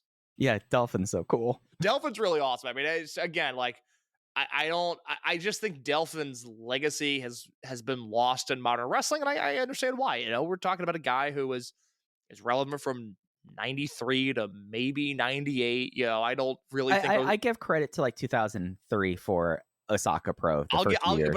I'll give you that. But I think that's also, it kind of depends your age at that point. Like, I don't, Right, yeah. you're like ardent AEW, like, hey, I'll watch like the New Japan Wrestle Kingdom show. They don't know Osaka Pro. And I'm not saying they're wrong for that, but it's one of the reasons we're doing this podcast is Super Delphin, really fucking good pro wrestler. And he ends up kind of stealing the show here. And of all the Michinoku Pro FMW tags that we'll talk about, and there's 3 more that are on our run sheet, this is the least enjoyable of the 3. This is a shorter match. It's chaotic. I think Shinzaki, of the actual guys in the match, is probably the most entertaining. Yeah. But it ends when Pogo pile drives Sasuke onto a table and they call for the knockout. Yeah, they call for the knockout. You actually don't see the bump. You just at least from the version I saw, Case, I did not get to see the table. No, bump. you're right. Thank you for mentioning that the camera just pans to Sasuke, who's out cold, and we don't know what happens. Yeah, and I mean, this is just a pretty standard garbage brawl of the time. I feel like Sasuke gets carved up with the stick and then goes through the table, and then we get to meet one of our big leitmotifs of the episode. The interactions of pro wrestlers with tables, because it works all right here, but it's also something that I feel like we have to hammer home each time this happens. Sasuke gets pile driven through a table. It just collapses onto concrete. This is after all the craziness that happened with this guy at Mockland. Not great. A very Sasuke-esque bump, if there ever was one. Yep. And that was the show we had in Akita. Really, if you're trying to pick and choose from all this content on this show, we have a bunch of it. Watch Sato versus Delphin, and you're good. Yeah, at least the Sasuke main event. I mean, it's you do see Onita and just this kind of otherworldly charisma come through. It's a short match. It's not going to waste your time, but also Delphin versus Sato is really the only essential thing here. That was September 28th, 1993. Michinoku Pro, they continue running throughout all of October. All of their October tour footage, or at least what we have of it, is cataloged on the Lucha Paradise Michinoku Pro compilation DVD. Mike, I watched this a few months back when we first started talking about doing this project. You watched this just this past week. I'll run through the match listing here. I don't feel, and you can disagree, I don't feel there's anything essential here, but if you want to continue to catalog the rise of Michinoku Pro, what you have here is 7 matches. You have Sasuke, Sato, and Oriental versus Super Delphin, Superboy, and Tarako on October 16th, 1993. Masato Yakishiji versus Leopardo Negro on October 19th. Jinsei Shinzaki, Superboy, Tarako, and Akihiro Yonakawa versus Taka Michinoku, Sato, Shiryu, and Jiraiya, who worked the August cable TV taping on October 21st, 1993. On that same show, another Hoshikawa versus Wilkins match. You get Akihiro Yonakawa versus Wellington Wilkins on October 23rd, 1993. Super Delphin and Grand Nanawa versus Sato and Shiryu on October 22nd, 1993. And the last match on this comp is from that aforementioned World Independent Junior Heavyweight Title Tournament, the Great Sasuke versus Grand Nanawa from October 21st, 1993. Yeah, so my points on this tape, Oriental, interesting thing, as we said, like he made his debut here. A lot of the online history for Oriental is false. They say that his first Japanese tour was with Wing in 95. No, we have him, and he's a baby here. Like, he's 20 on this comp tape. And he looks good in this one. My favorite thing on this tape, there are really, I would say, 2 things worth watching that match. The Yonakawa versus Wilkins brawl that happens is actually a whole lot of fun because it's chaotic and you see Wilkins taken out of the shooter paradigm, and that's kind of good to see. And it's an outdoor show and they brawl to the back and it's a good time with that. But really, the note of this tape is that this is your October tour. You see Oriental, and the winner of the Michinoku Pro side of the IJ tournament was Sasuke over Nanawa on the 21st. And that leads to the October 28th FMW Cork and Hall show, a show that I could not find, but I'd be curious to see this, as you had the Junior Heavyweight Tournament Finals with Great Sasuke versus Battle Ranger, And then just as a quick anecdote, you also had this trios match that was Atsushi Onita, Mr. Ganosuke, and Sambo Asako versus Mr. Pogo, Mitsuhiro Matsunaga, and Benkei, who was Yoshi Sano of PWC. Mike, your quick historical anecdote on Benkei. Okay, Benkei is a massive Japanese cultural just folk hero. There's the story that he was a wandering warrior that was trying to disarm and take 1,000 swords, and when he had 999, he was killed standing upright, and he's known as like a figure that best embodies perseverance, faithfulness, and it's just a real cultural touchstone. And you see that with Benkei today in Dragon Gate. But I mean, this is the kind of figure that you think about all of like the lumberjack characters, like the Jean Farrar character that you would see that Andre the Giant would play in France a little bit. This is just kind of one of those cultural touchstones. It's like, what happens if you had a Paul Bunyan wrestling character? That's kind of what Benkei is in a way. Oh, that's a good way of putting it. I get that. Dave continues here, November 15th, 1993 Observer, that the December 8th FMW show will be headlined by the first singles match between Atsushi Onita and Mitsuhiro Matsunaga in Tokyo, and that it has been changed from a glass cage match into an explosive cage match. And then also on that show will be Great Sasuke versus Ricky Fuji for that aforementioned International Junior Heavyweight Championship. Sasuke won from Battle Ranger on the October FMW Corkin show. And Dave says in that same Observer, this is November 15th, 1993, that Onita was so impressed by the Sasuke versus Battle Ranger tournament final for the Independent Junior Heavyweight title that he was going to team with Sasuke and Ranger in November at Corkin Hall and work a Lucha Libre style rather than his normal street fight style. And I have to look really quickly to see if that happened, because I don't have a match listing for that in our notes here. Yeah, I don't have that listing either. Let me see. I'm on November 1993 FMW, Corkin Hall. Does he do that? He does not do that. Let's see. The November FM. Of course not. Why would I? The November Corkin FMW show is November 19th, 1993. And you end up with, you know what? This might have been a Sasuke problem, because Sasuke is not on the show. Sasuke is a busy guy in 93. They did 100 shows. Come on. Semi-main event, Dr. Hannibal and Dr. Luther against Damien and Sabu. I'm sure that was absolutely delightful. You mean the original Death Dealer, Dr. Luther? The very same, my friend. Hell yeah. Hell yeah. Dave, the next week of the Observer, November 22nd, notes that Michinoku Pro has a tag team tournament coming up. So I was wrong last week. I said they did not do a tag league in 93. They did.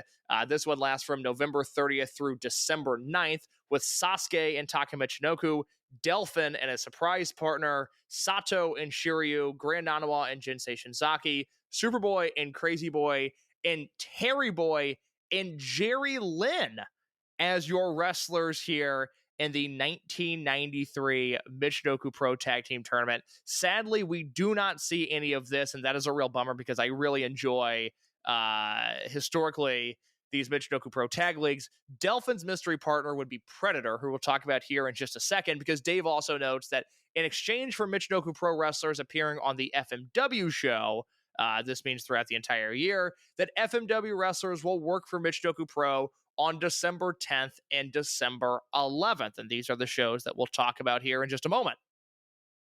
Yeah, Terry and Jerry. That's a tag team. Terry and Jerry. I love that. Also Superboy and Crazy Boy. So I like the way Super Crazy Boys. There we go. We have a good tag team name there. We should note here that Leopardo Negro lost his mask on October 31st, and we have to pour one out for a character that I thought was really interesting. Yeah, no, definite highlight of the first 6 months of this promotion as Negro. And far less interesting, I think, without the mask on. Yeah, we do get to see him on these two shows as Kazumichi Nakajima. He's going to have a couple more name changes before he lands at Hanzo, but definitely lost something when he lost his mask. More FMW and Michinoku Pro collaboration. FMW runs a big show in Tokyo at the Harumi Dome with a big Onita match. The main event of that show was Onita and Matsunaga in a no-rope barbed wire current blast death match, one of my favorites. I'm sorry, that was the Corkin show. They run No, I was right. I'm sorry. That was the main event of the 12/8 show, was that Onita versus Matsunaga match. Also on that show, Great Sasuke defended the Independent World Junior Heavyweight title against Damien.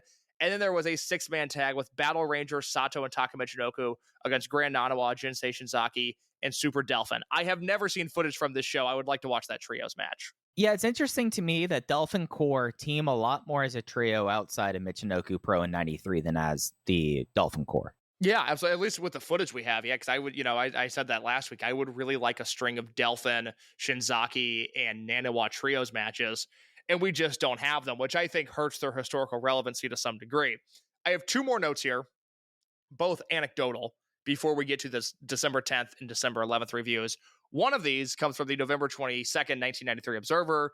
One of our favorite characters in wrestling, Mike, Koji Katao, will debut a new promotion on January 21st, 1994 at Corcoran Hall, and will bring in Americans Al Snow and Wellington Wilkins Jr., as well as a bunch of other wrestlers who are no longer relevant. But we see the first sign of Masaki Mochizuki dipping his toe into Lucharesu as he would debut on that Koji Katao show, and he would be there in the same building as Wellington Wilkins Jr., which makes this relevant to our show here.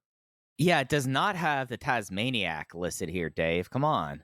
Oh, that's right. He doesn't know. He's got Frederico from Florida, James Magnum from Florida or Minnesota, and J.R. Carson from Minnesota as well. But no mention, you're right, of the Tasmaniac. Well, how is James Magnum having summer residences? You know, who is this this spare being from both Florida or Minnesota? Decide if you're AWA or Graham guy. You got to choose one way or the other. They're 2 completely distinct territories. Oh, that's so funny. So, like we said, the Michinoku Pro Tag League, it lasts from the end of November through December. From the end of November through December 9th. Mike, we have an incident in Michinoku Pro on December 4th, 1993. One that I have never seen talked about before. I have to give you credit. You're the one that dug this up. Tell me what happens on a house show December 4th, 1993 in Michinoku Pro. Well, Case, I think we could part the curtain a little bit when we talk about how we do our research for these shows. Case is good about getting the facts, be able to make sure we have the historical record correct. I'm kind of the one that you give the wild goose chases to and be like, Mike, can you find out something or do you discover something? Sometime recently, I found myself going through the Japanese Wikipedia article for concrete match. And in Japanese pro wrestling, concrete matches are what they refer to shoot fights or matches that turn into shoots. And interestingly enough, noted on December 4th, 1993 in Yamanobe, we have the match result here, but the only mention of this that I have found was in this kind of research. I tried to see if there was anything else to kind of confirm this. But on this show, there was Wellington Wilkins, the junior, versus Azteca. We've not seen Azteca ever make tape in Michinoku Pro, but according to this article, at this show, the head wrestler, the Great Sasuke, was so annoyed with Azteca's insistence on doing shoot or point style matches that he arranged a 10-minute points match in a shoot format and Wilkins Jr., who had participated in UWF. As a result, Azteca ended up giving up 5 points in the 10 matches, in the 10 minutes of the match. So we have the instance of Sasuke getting annoyed and going, okay, you want to do these kinds of shoot fights? Okay, you're going up against Wellington Wilkins Jr. It has me wonder if at Mockland that was a shoot match. That would have to make sense, because you saw and in the studio, like those had to be shoot matches. Yeah. I guess you're right. Because look, they certainly look like that. It's an absolute. It's just a nightmare to watch. It's uncomfortable to watch because of how dominant Wilkins is, and that would make sense. I am sadly disappointed. This feels like the first incarnation of what we all know now with Sasuke and Dirt Bike Kid. It feels like Wilkins Jr. versus Azteca is the first incarnation of that in Michinoku Pro. Yeah, and I know we're only in 1993, but I feel like it's important for us to point out and catalog these like Sasuke things. And oh God, yeah. And at least, I just stumbled upon this. We see instances, at least in 1993, of him just going like no, I don't like you, Azteca. You're going to face this match. And if you look, we don't have any other real listings of Azteca and Michinoku Pro. No, I mean, it's, like I said, Dave would list out the results in Michinoku Pro in the results section. And what's so strange is it's not like he's on this tour. He doesn't work any shows in November. He only works this one in December. He shows up for a house show in August and then this house show here. And then he's bounced from Michinoku Pro. And he's a guy who wrestled all the way through last year. He's got matches in cage match here for December 20th of 2024. He's become a pro wrestling Kageki guy, but he spent some time in Dragon Gate. He spent some time in Toryumon. He's got some All Japan dates. Yeah, he pops Pro dates.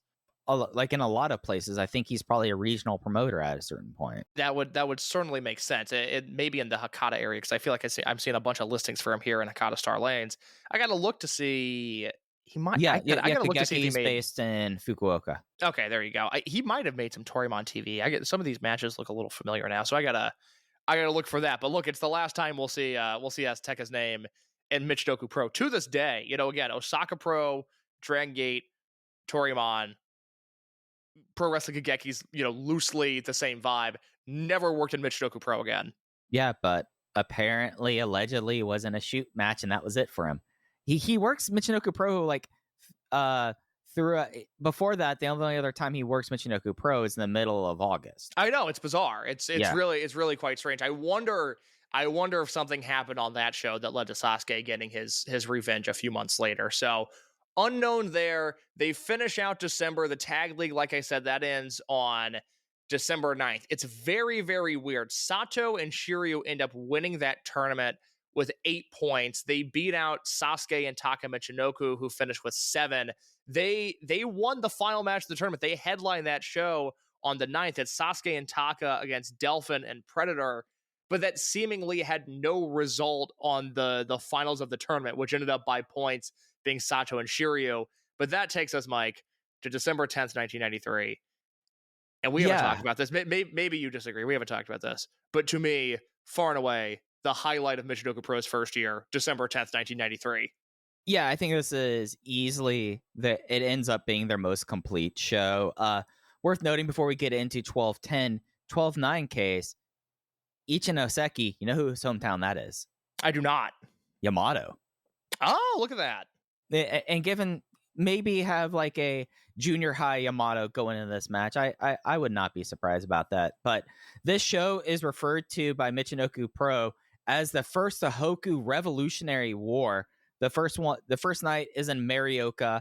Announced attendance 2,310. Keep in mind that in 1992 they got just over 17,000 there for that first Universal show in Tohoku. 1,700, right? Yeah, 1,700. If they did 17,000, that would it would have been overfill in that building. I mean, Shinma's son would still be promoting wrestling. Yeah. I would have to retract everything I said about Hisachine Shinma. But 23-10, massive jump for them here. We open up. We have a dark match that's not on the Wikipedia listing that we open up. At least the version I got. Shiryu versus Masato Yakashiji. Rada holds by Shiryu, and it feels like this is the best performance that he's had so far in the promotion. I would agree with that. And let's real quick talk about this footage just because it's a shorter conversation because we don't have answers to it. But there's a version that we'll upload alongside this episode that is the full show, and the production of the show mirrors like a Dragon Gate network or a Dragon Gate YouTube upload because it's largely single cam, but they do have a floor cam. There's no commentary. It has all the appearances of a handheld, but also there's sparse levels of production. There's some cuts here and there. I don't know where this would have aired. I don't, unfortunately, have any information on this airing. There is, for the last 2 matches, which is Sato versus Delphin, and then the Tarzan Goto and Sasuke versus Masahiro Toi and Mr. Pogo match, there are more done up, produced versions of those matches out there. For the Delphin versus Sato match, we know that comes from the compilation that was released in early 1994 of the Delphin versus Sato feud. That one is on YouTube. That one's the more widely known version of that match. It's better than the full form too. Yes, you're right. So Delphin versus Sato, the one that's been widely circulated, is the better version of the two. Goto and Sasuke versus Toy and Pogo, that also exists in the same setting that we have Delphin versus Sato in. I don't know where that version comes from. I can't find any listings of a comp tape that had that match. I don't know, but I know there is a YouTube upload of that tag that is the more produced version. But again, what we have here is a full version of the show with a camera facing the opposite way from, say, the Delphin versus Sato comp tape version. And I'm kind of glad that we do have the full show that we have from the angles that we have it, because from the angles that we have that we'll upload, the building looks pretty full. There's no commentary. The crowd's incredibly hot for most of the show. And it does feel like with the September show, but then more so here, the vibe of Michinoku Pro has officially fully formed, and these shows start to look and sound like what we would come to know this promotion as. Yeah, easily so. And I think basically from the footage, the only other thing I would add in is my inclination is that this fuller formed tape, just because of like there's like onboard graphics that are very rudimentary.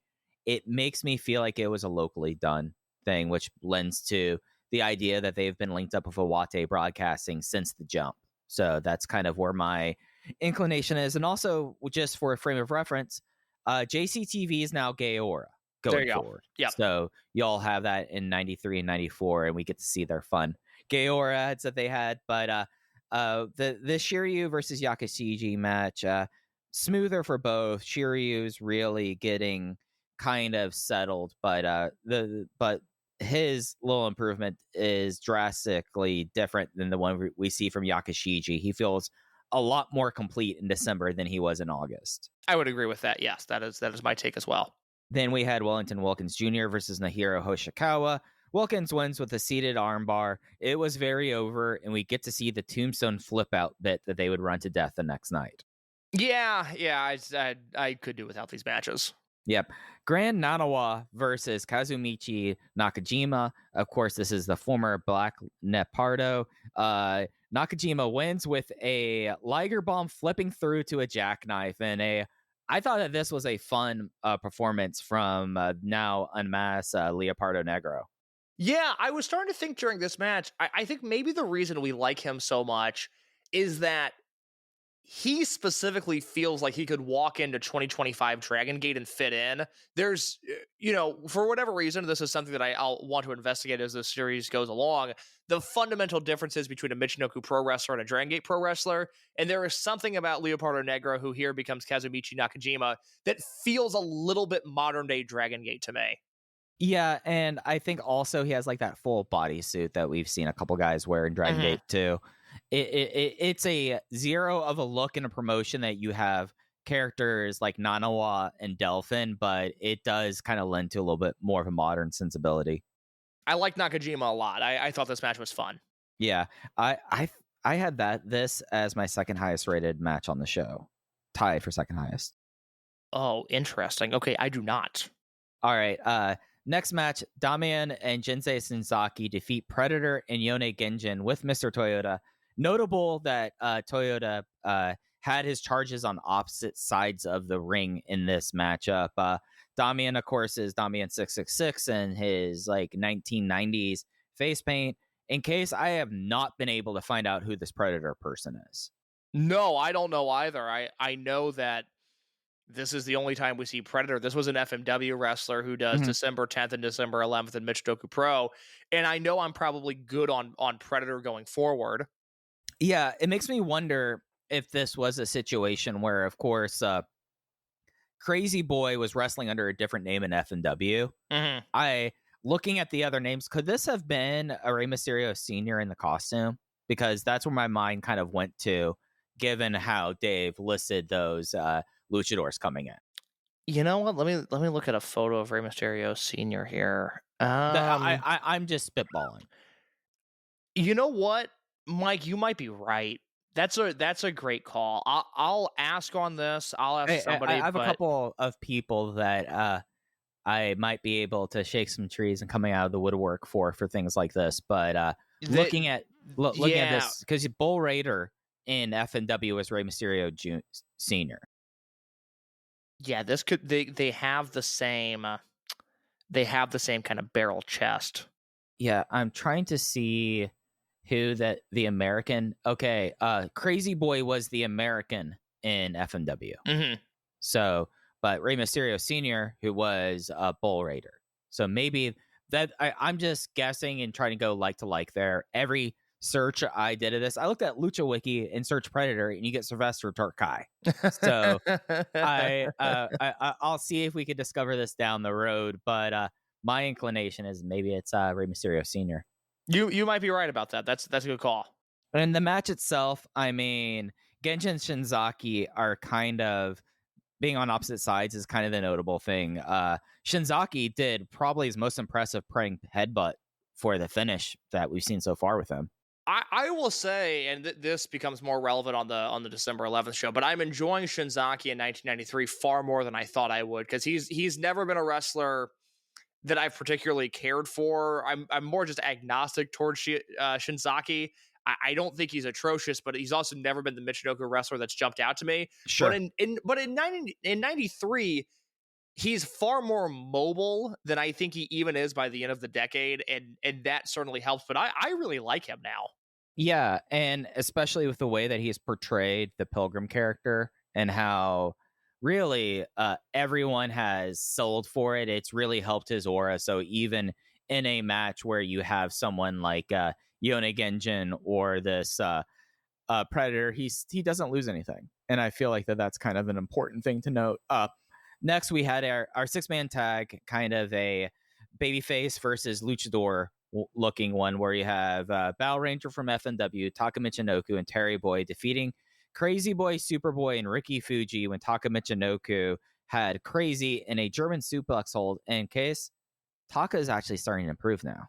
Taka's getting good. His top rope dive that he does, and we've all seen it, where Taka runs from one side of the ring to the other, leaps to the top rope, and then dives to the floor. That got a huge reaction on this show, and that was my big takeaway here was, whether it was people seeing that spot for the first time or developing for some people into a signature Taka Michinoku spot, that spot is starting to get over, and it will be over until the end of time. Yeah, absolutely. So, and then, and also, like, Superboy does his face plant here. Just was a really fun, we would probably call this kind of match a touch football match and Dragon Gate with it, but it's really more just a exhibition, a 14-minute trios match that I feel like everyone in it, even Ricky Fuji, who I am not high on Ricky Fuji whatsoever, everyone kind of came off really good in this. A low-stakes trios match that over-delivered. Yep, and speaking of delivering, Sabu versus Jerry Lynn happened on this show. Sabu wins with the Arabian press and a lot of wild table bumps. And over a 2-day period, we get perhaps Sabu's first ever war with a table. Yeah, I would like to know the oral history of that and see when that came first. So Sabu at this time is an FMW regular. He's on tour with FMW in November and December of 1993. And obviously, with this being, almost a co-promoted show, but a Michinoku show with a ton of FMW involvement, they bring him over. Jerry Lynn, as for Jerry Lynn, his relationship with Michinoku goes back to Wally Yamaguchi. Wally got turned on to Sean Waltman in 91. He brings Waltman over for a tour of Hamada's Universal. Waltman impresses. The next time around, Waltman brings Jerry Lynn with him. They turn him into a tag team, and he has a very good relationship and speaks very highly of the Universal roster at that point. Jerry Lynn tells a funny story in an RF video shoot where he talks about how, Universal was his first time in Japan, but, he watched tapes and was into that sort of thing. And so he thought, even in Universal, like, God, these guys must work so stiff. I really need to bring it when I go on tour in Universal so they don't take advantage of me. And his first few nights there, he was working with Dick Togo, who by this point is going under a shoot name. He's not even Sato yet. And he, I guess, beats the shit out of Sato, Dick Togo, in a few of those early matches. And they finally had to be like, hey, we're we're doing like a lucha thing here. Like, if you want to tone it down a little bit, Jerry, that Wrong would be UWF, great. buddy. Yeah, basically that. So by that point, of course, Jerry is able to tone it down, and I think has always had the reputation for being very safe and very light with his opponents. And so once he takes shape there, the Universal wrestlers really enjoy working with him. And then he gets this call again from Wally in 1993. And, when you listen to Jerry speak about his time in Michinoku, and the RF shoot that I watched was from 2011. I know there's another one. I think it's an RF shoot, but I couldn't find it. But there's a clip that Rob Naylor has posted to his Twitter before of Jerry Lynn raving about Superboy, which is really, really cool. And we'll find a spot at some point. Whenever Superboy has a big notable match, I'll send that Jerry Lynn clip to you, and I'll make sure that it's inserted into this episode. The other thing, not to get too far ahead of ourselves, but Feinstein doesn't really ask because he doesn't know, but he just, if you've seen an RF shoot, he goes, so tell me about your time in Michinoku. And Jerry really lights up, and Jerry tells the story about his Master League tournament match with Grand Nanawa, which is one of the most iconic matches in Michinoku. We'll get to it when we get to 95. I'm still trying to get an interview with Jerry Lynn, and I would like to bring Jerry onto this show to talk about that match through my AEW relationship. So I'll work on that. But if we can't get Jerry on this show, I'll have you insert the clip of Jerry talking about his match with Grand Nanawa from 1995, because he's immensely proud of it. And you never know with wrestlers if that's the sort of thing that sticks out in their mind, if they even remember what they've done. But it was cool to see Jerry light up about that 95 match in particular, and he's really, really proud of it. So that was great. But anyways, for anybody wondering how Jerry Lynn ended up in Michinoku, he was a Universal guy. He was a hot indie name in 91 and 92. Of course, Wally Yamaguchi is tuned into the U.S. Indies at that point. So he brought him over to Universal and then brings him over to Michinoku Pro. And we get this really bizarre proto-ECW Sabu and Jerry Lynn match on a Michinoku Pro show in 1993. Yeah, this is just a wild, just what you expect out of these two guys. Sabu really having issues with the tables after the match. He throws it into the ring and tries a moonsault on it. It doesn't break. He doesn't notice, and this will be a bigger thing in the next night, he doesn't notice that the Michinoku Pro tables, they're reinforced at the bottom. They're not gimmicked up, so that becomes an ongoing thing, the battle of everyone through tables. The semi-main So real quick. Mm-hmm. The thing that I like so much about this match, because it speaks to the power of Sabu at the time, is that whenever this match goes to the floor, like normally when a match goes to the floor, like there's a little bit of excitement, fans start to move around and shuffle, especially in Michinoku Pro, given, oftentimes the lack of seating. But when Sabu and Jerry Lynn go to the floor in this match, the crowd like audibly turns up and audibly makes a bunch of noise, because they know, whether it's from photos or following Sabu around Japan at this point, that he's going to do something crazy. And then, like you said, he ends this match, Jerry Lynn leaves the ring, and then Sabu places the table in the middle of the ring and jumps up to the top rope and does a moonsault onto an empty table, and it still doesn't break. And I am just completely flabbergasted by that. If I can get it to under a 30-second clip, I'll have that be the preview for this episode, because it kind of scratches that itch that I like, the just non sequiturs with it. Semi-main event, Great Sasuke and Tarzan Goto versus Toy and Pogo.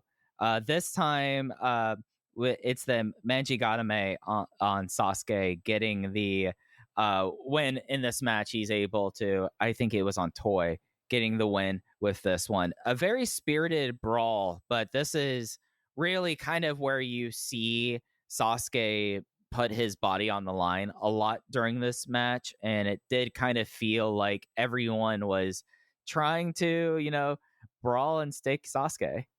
So this match is not as good as the one the next night that I fucking love the match from the 11th. But this match is insane. This one is worth watching because there's a little bit of a gray area in the sense that a lot of this match is built around Tarzan Goto not being the legal man and trying to get in the ring and the referee stopping him. And the reason it's a gray area is that the reason that Tarzan Goto is trying to get in the ring is that Great Sasuke is literally being stabbed in the back with a shiv. And so there's a little bit carving of him. like it is fucking gross. And so there's a little bit of a discrepancy there of, wait a minute, are they allowed to stab Sasuke, or is Tarzan Goto allowed to run in the ring whenever he wants? And it's never totally clear. But I do really, really like this match because you start to see it's amazing how this happens. We talked at the beginning of this episode about the myth of Antonio Inoki and all the things that Shinma was able to do for him. And in a weird way, don't you just feel like Sasuke is the junior heavyweight equivalent of Antonio Inoki? And you just start to have matches like this where the myth of Sasuke grows, where, if you're not in Iwate on this night, but you're somebody that's following this promotion, you're going to read in the magazine or you're going to ask a friend who was there, hey, what happened? Oh, great Sasuke got stabbed by Mr. Pogo. They carved up his back and punctured through his gear so that his raw back was bleeding all over the building. And it's the type, it's Ali, or I'm sorry, it's Inoki versus Leon Spinks, it's just like, wait, what? He did what? And he beat who? Sasuke is like the tormented version of that. It's like, somebody did what to him? They stabbed him in the middle of the ring. They did stab him in the middle of the ring. And as a result, I was completely fascinated by this match and I really, really enjoyed it. Yeah, I feel like the story that we learn about Sasuke is his humanity and like the power of his humanity. We see him persevering against Delphin basically because his hometown is behind him. And in this one, you have the idea that, still, we're in Marioka, and notably the idea that they're just kind of crawling. And he's kind of crawling to Goto's side, trying to make that tag. And I think more and more what we see, and I think that the Inoki comp is really apt, is that people were able to, at least in the 70s and 80s, and Inoki, like the idea that Inoki will always win, and then we could put our faith into him. And then what you haven't said with Sasuke is that the locality form of it, that it's like, oh, he is our guy and we want the guy who brings wrestling to us to be the one vanquishing things. And I feel like that there's a lot of commonalities. I went 3 3/4 on this. I really liked it. Yeah, it was FMW. We talked a little bit about what my exposure to FMW is. Not going to be the thing that I'm ever going to be as high on as you are. Okay, so I was 2 3/4. Okay, that's interesting. But I like Tarzan Goto to some degree, but I like him in WAR as much as any of the FMW footage that I've seen. It's not like Pogo or Toy are doing anything in this match that are that extraordinary or even that good. This is 3 3/4 based off Sasuke's charisma. Oh, that's fair. I think you're completely justified with that if it draws you in with that. But I think even you would have to say it pales in comparison to Mascara contra Mascara, Super Dolphin versus Sato. Dolphin winning with the Dolphin special and unmasking, getting the 4th out of 5 masks he was trying to go for in the year. And at least to this point, what I think is the best in-ring match in Michinoku Pro history. Oh my God, yes. I mean, this is everything you could have possibly hoped that it would be.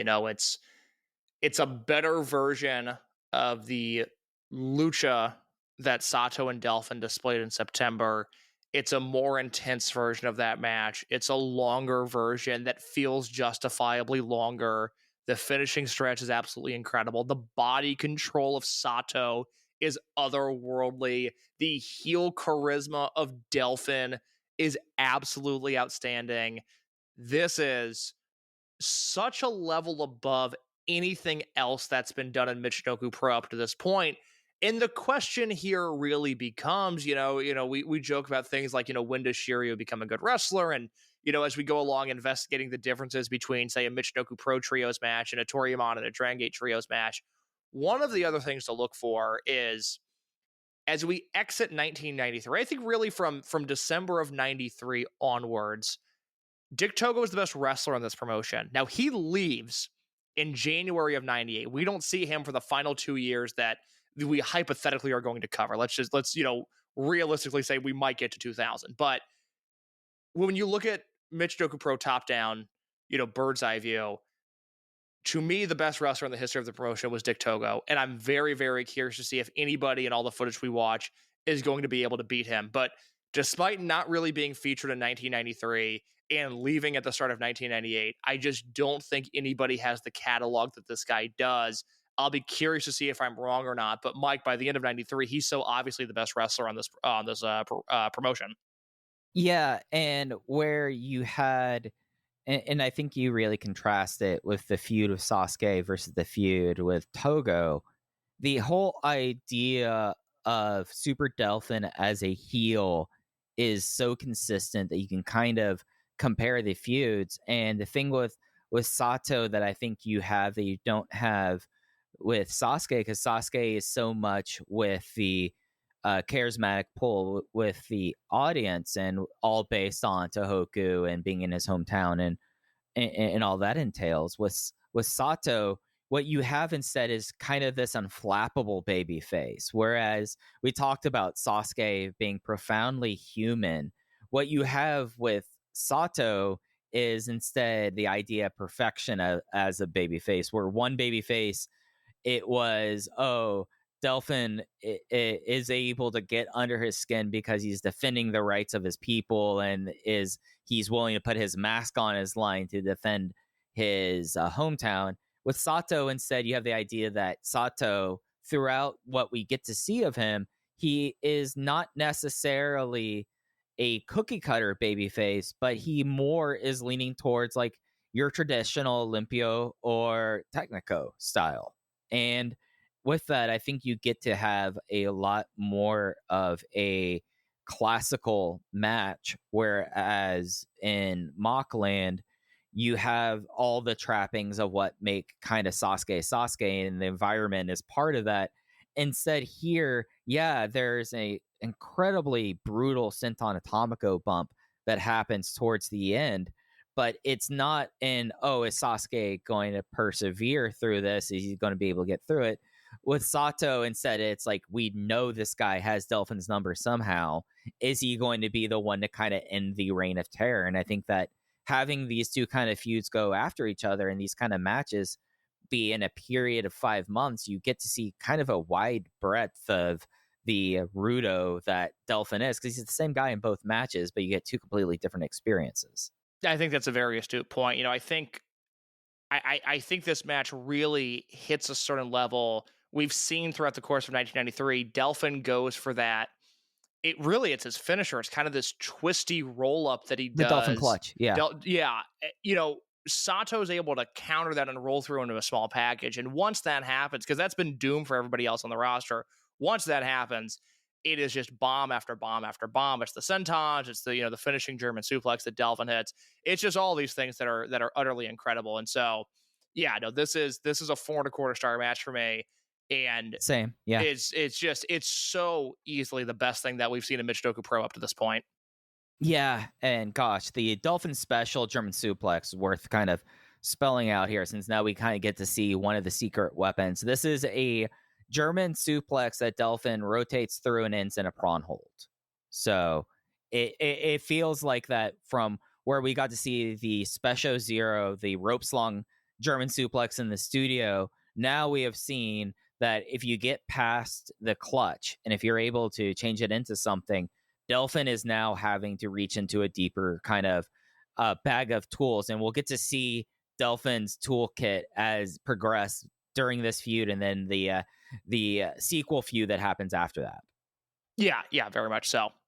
But Sato unmasks to in the ring. It's worth noting at ringside, Sasuke is at ringside throughout the match, and he's physically restraining Mr. Toyota, and Sasuke has on the shiny gold jackets that would become famous during the Super J Cup. And I think the other thing to note here, before we move on to 12-11 and quickly go through that show, because it's nowhere near as good as 12-10, at least to me, but the Delphin versus Sato version that takes place on the comp tape has a bonus piece of footage at the end that is Sato sitting in the Michinoku Pro locker room sobbing over the fact that he's lost his mask. That is uploaded individually. Ozzy Michi Fan, which is, obviously a channel that if you like this podcast, you should subscribe to Ozzy Michi Fan's YouTube channel. He has that clipped out where it's just 30 seconds of Sato sitting there, towel over his head, crying. And it's very, very impactful. It's really well done. Yep. And they followed up this show with a second Tohoku Revolutionary War. This one's in Tagaijo. 2342 is the attendance. And I think the real thing that we could tell from 1210 versus 1211 is, at least on the undercard, a lot of repeats, and especially with this opener, Wellington Wilkins Jr. defeating the hero Hoshikawa again, this time in 7 minutes. It's basically the exact same match, but like notable that the groundswell behind Hoshikawa is starting to grow show to show. Yeah, it's the most entertaining of any of the matches that they've had so far, so I'll give them that. Yep. Kazumichi Nakajima versus Yone Genjin, now being called Yone Genjin, is match 2. Nakajima wins with a Liger Bomb, and then Genjin lays out everyone involved. Yeah, look, I'll expedite my thoughts on this show. It's a lesser version of the Nakajima match the night before. I think the Shiryu and Taka Michinoku tag against Crazy Boy and Superboy is a little too long, although Superboy is still very fun. Yep, 15-minute match. They need to give these luchadors less time. They do. I think Sabu and Terry Boy is a less fun version of what we saw with Sabu and Lin from the night before. Do you agree with that? Yep, but you get Sabu absolutely losing it about the table, which is excellent. Again, Sabu, low-key MVP. I will clip. I'll clip this post-match heat. This is the post-match with Sabu. That should be the episode preview. Ricky Fuji versus Jerry Lynn by proxy, because it's Ricky Fuji and not Sabu, a lesser version of Sabu versus Lynn from the night before. Yep, Jerry's always solid, and it's just a flying body pass for Ricky. Damian versus Grand Nanawa. Damian does a marionette, which is kind of wild, and this is another 15-minute match that doesn't need to be 15 minutes. No, I'm shocked to see it was only 15. And then the semi-main event, so this is Battle Ranger and Sato. They defeated Predator, who might be Rey Mysterio Sr., and Super Delphin. What's funny about this match, and I think this goes to show that something is clearly working with Michinoku Pro, is that they work the 5/5/93 FMW show, and then they work the August 22nd 93rd FMW Stadium show. And Battle Ranger is in both of those trios matches. And my takeaway is like, I kind of like this Battle Ranger guy. I guess I would have been cool if he worked more Michinoku Pro. And then you see him on this show, and Sato and Delphin are clearly much better wrestlers than he is at this point. And that is not necessarily true in May of 93, but it is absolutely true in December of 93. The caveat here is that Battle Ranger was largely dealing with Predator, and they particularly had poor chemistry. But we leave this with, sort of your homegrown FMW junior star not being on the level of your Michinoku Pro core roster guys at this point.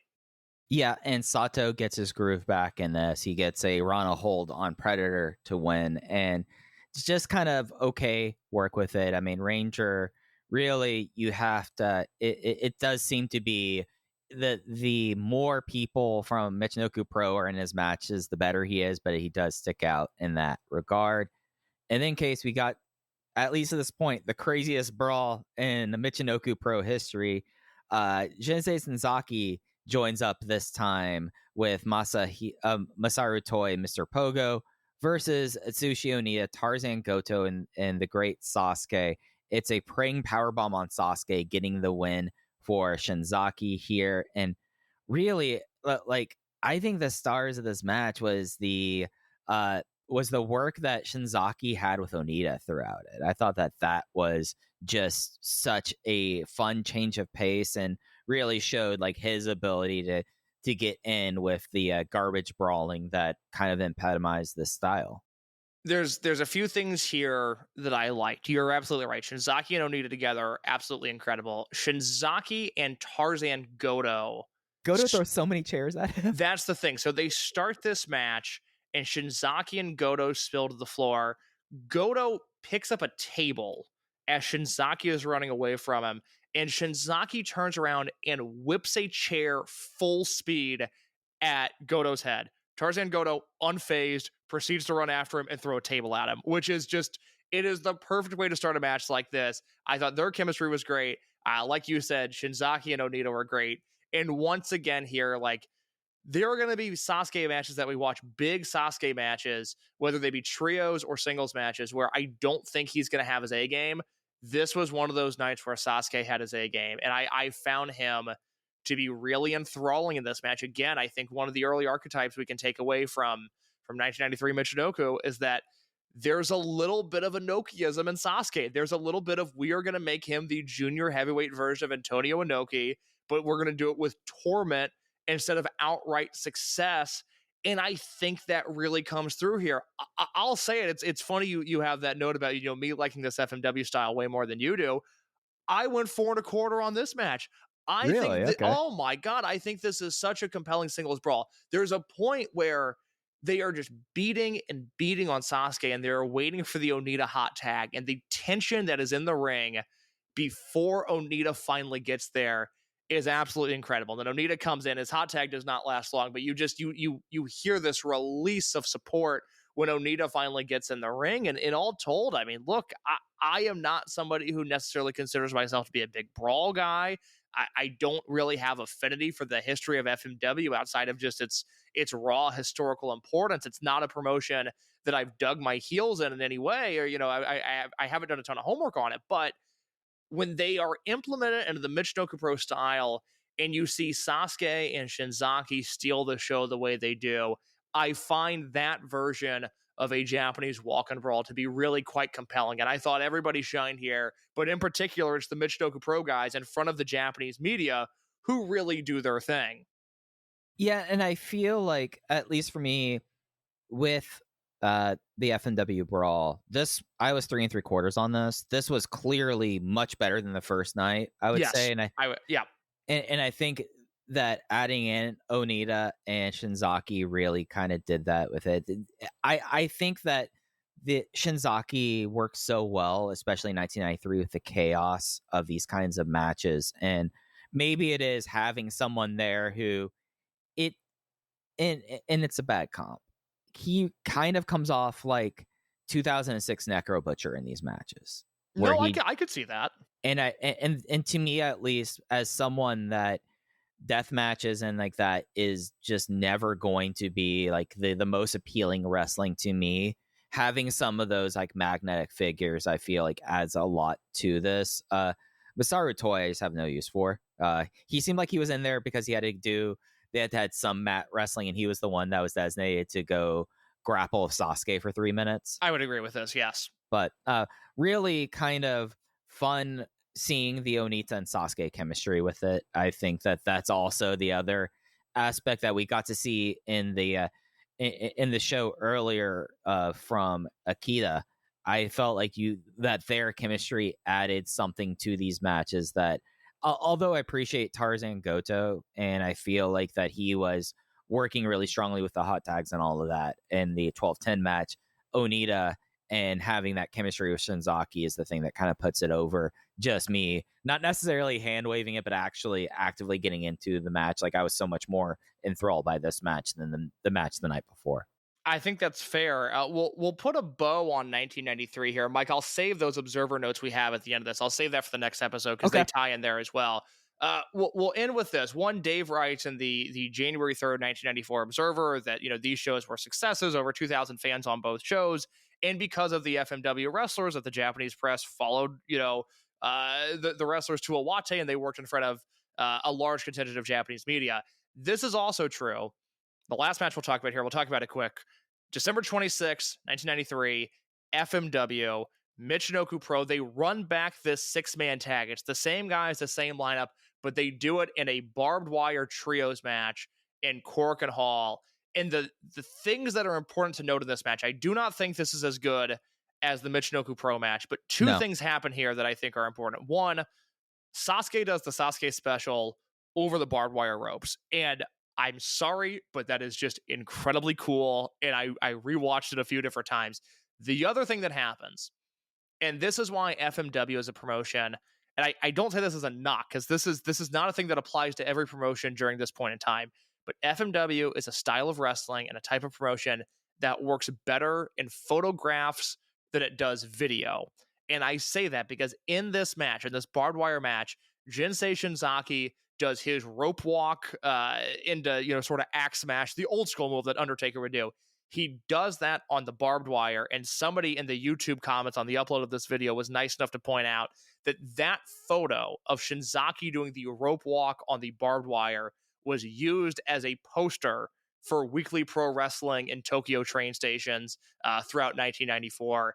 And I just think that's something worth noting, that Shinzaki and his charisma and his approach to wrestling, they steal the show. That photo, if you see that, you're going to think, one, I got to check out this Jinsei Shinzaki guy. Two, wow, look at what FMW wrestling is. And I think that's a really important visual for a really cool spot.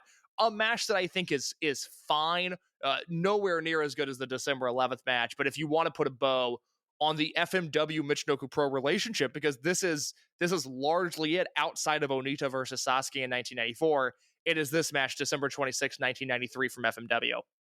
Yeah, and I think that that's a really salient point about a promotion really being better viewed or consumed through photographs than clips or the matches themselves, because that really felt the case, at least in this match.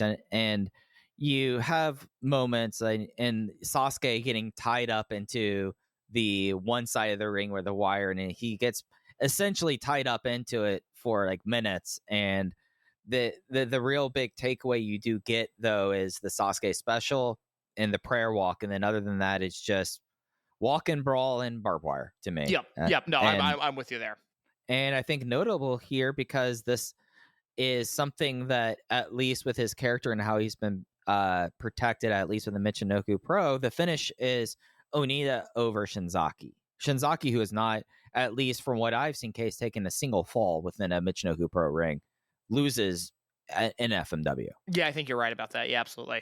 But yeah, it's a wild way to end their 1993, and I think as we talk about how 93 becomes 94, 95, 96, 97, 98, I think it's worth like taking stock that already through the first 9 months of this promotion, Sasuke is putting his body through it. And this is him as a much younger 20-year-old, and we'll see how, as time goes, him and his humanity and like that being the way that kind of taps into his form of Enochiism, how that will come to play as his career progresses. Next time on Those Days, we turn the page to 1994, the Michinoku Pro Korakuen Hall debut, and what happened behind the scenes that drastically impacted this promotion. We see the debut of the Great Sasuke in WAR. We see another chapter in Sato versus Super Delphin in their iconic feud. And also, we talk about the first ever singles match between the Great Sasuke and Jinsei Shinzaki. That all sounds great, and we'll be back with you next time on Those Days with that episode. You can follow us on social media at Open VoiceGate, both on Twitter and X, the Everything app, as well as Blue Sky. Case on Twitter is at _in your case. I'm at Fuji Heya. If you'd like to join the conversation, please join the Voices of Wrestling Discord. We have, for our usual Dragon Gate coverage, there's a fantastic Dragon Gate channel. There's Misk Pro, where we're starting to talk more about Michinoku of this era. And then, of course, and probably most importantly, the Open the Voice Gate channel on the Voices of Wrestling Discord. It's where we post the match listing, show notes, and everything else along with this series. But we'll be back with you next time on Those Days, talking 1994 and the road to Sasuke versus Shinzaki. Take care, everyone. Hey everybody, my name is Jesse Collins, and I want to tell you all about my show, the Gentleman's Wrestling Podcast, here on the Voices of Wrestling Podcast Network. On the Gentleman's Wrestling Podcast, we do a thorough analysis on the biggest issues and trends within the pro wrestling industry. We talk a lot about pro wrestling media, we talk a lot about fan culture and wrestling's place within general pop culture, and we talk about the broader influences that are shaping the way we discuss and analyze the pro wrestling industry. We've had some of the brightest minds in the pro wrestling intelligentsia on the show, including WrestleNomics host Brandon Thurston, both Rich Craich and Joe Lanza from the Flagship Wrestling Podcast, Trevor Dame from the Through the Years podcast, and a whole lot more. This isn't a show for hot takes. It's not a show recapping the latest episode of television. This is a show focusing on the biggest topics in pro wrestling and doing a deep dive on the real stories behind the surface level analysis you might find elsewhere. The Gentleman's Wrestling Podcast is available wherever you get your podcasts, and we'd really appreciate it if you gave us a try. Thanks. Yeah, sure thing. Hey, you saw that car yet? Yeah, sold it to Carvana. Oh, I thought you were selling to that guy. The guy who wanted to pay me in foreign currency, no interest, over 36 months? Yeah, no. Carvana gave me an offer in minutes, picked it up, and paid me on the spot. It was so convenient. Just like that. Yep. No hassle. None. That is super convenient. Sell your car to Carvana and swap hassle for convenience. Pickup fees may apply. O'Reilly. Check engine light on? Take the guesswork out of your check engine light with O'Reilly Veriscan. It's free and provides a report with solutions based on over 650 million vehicle scans verified by ASE certified master technicians. And if you need help, we can recommend a shop for you.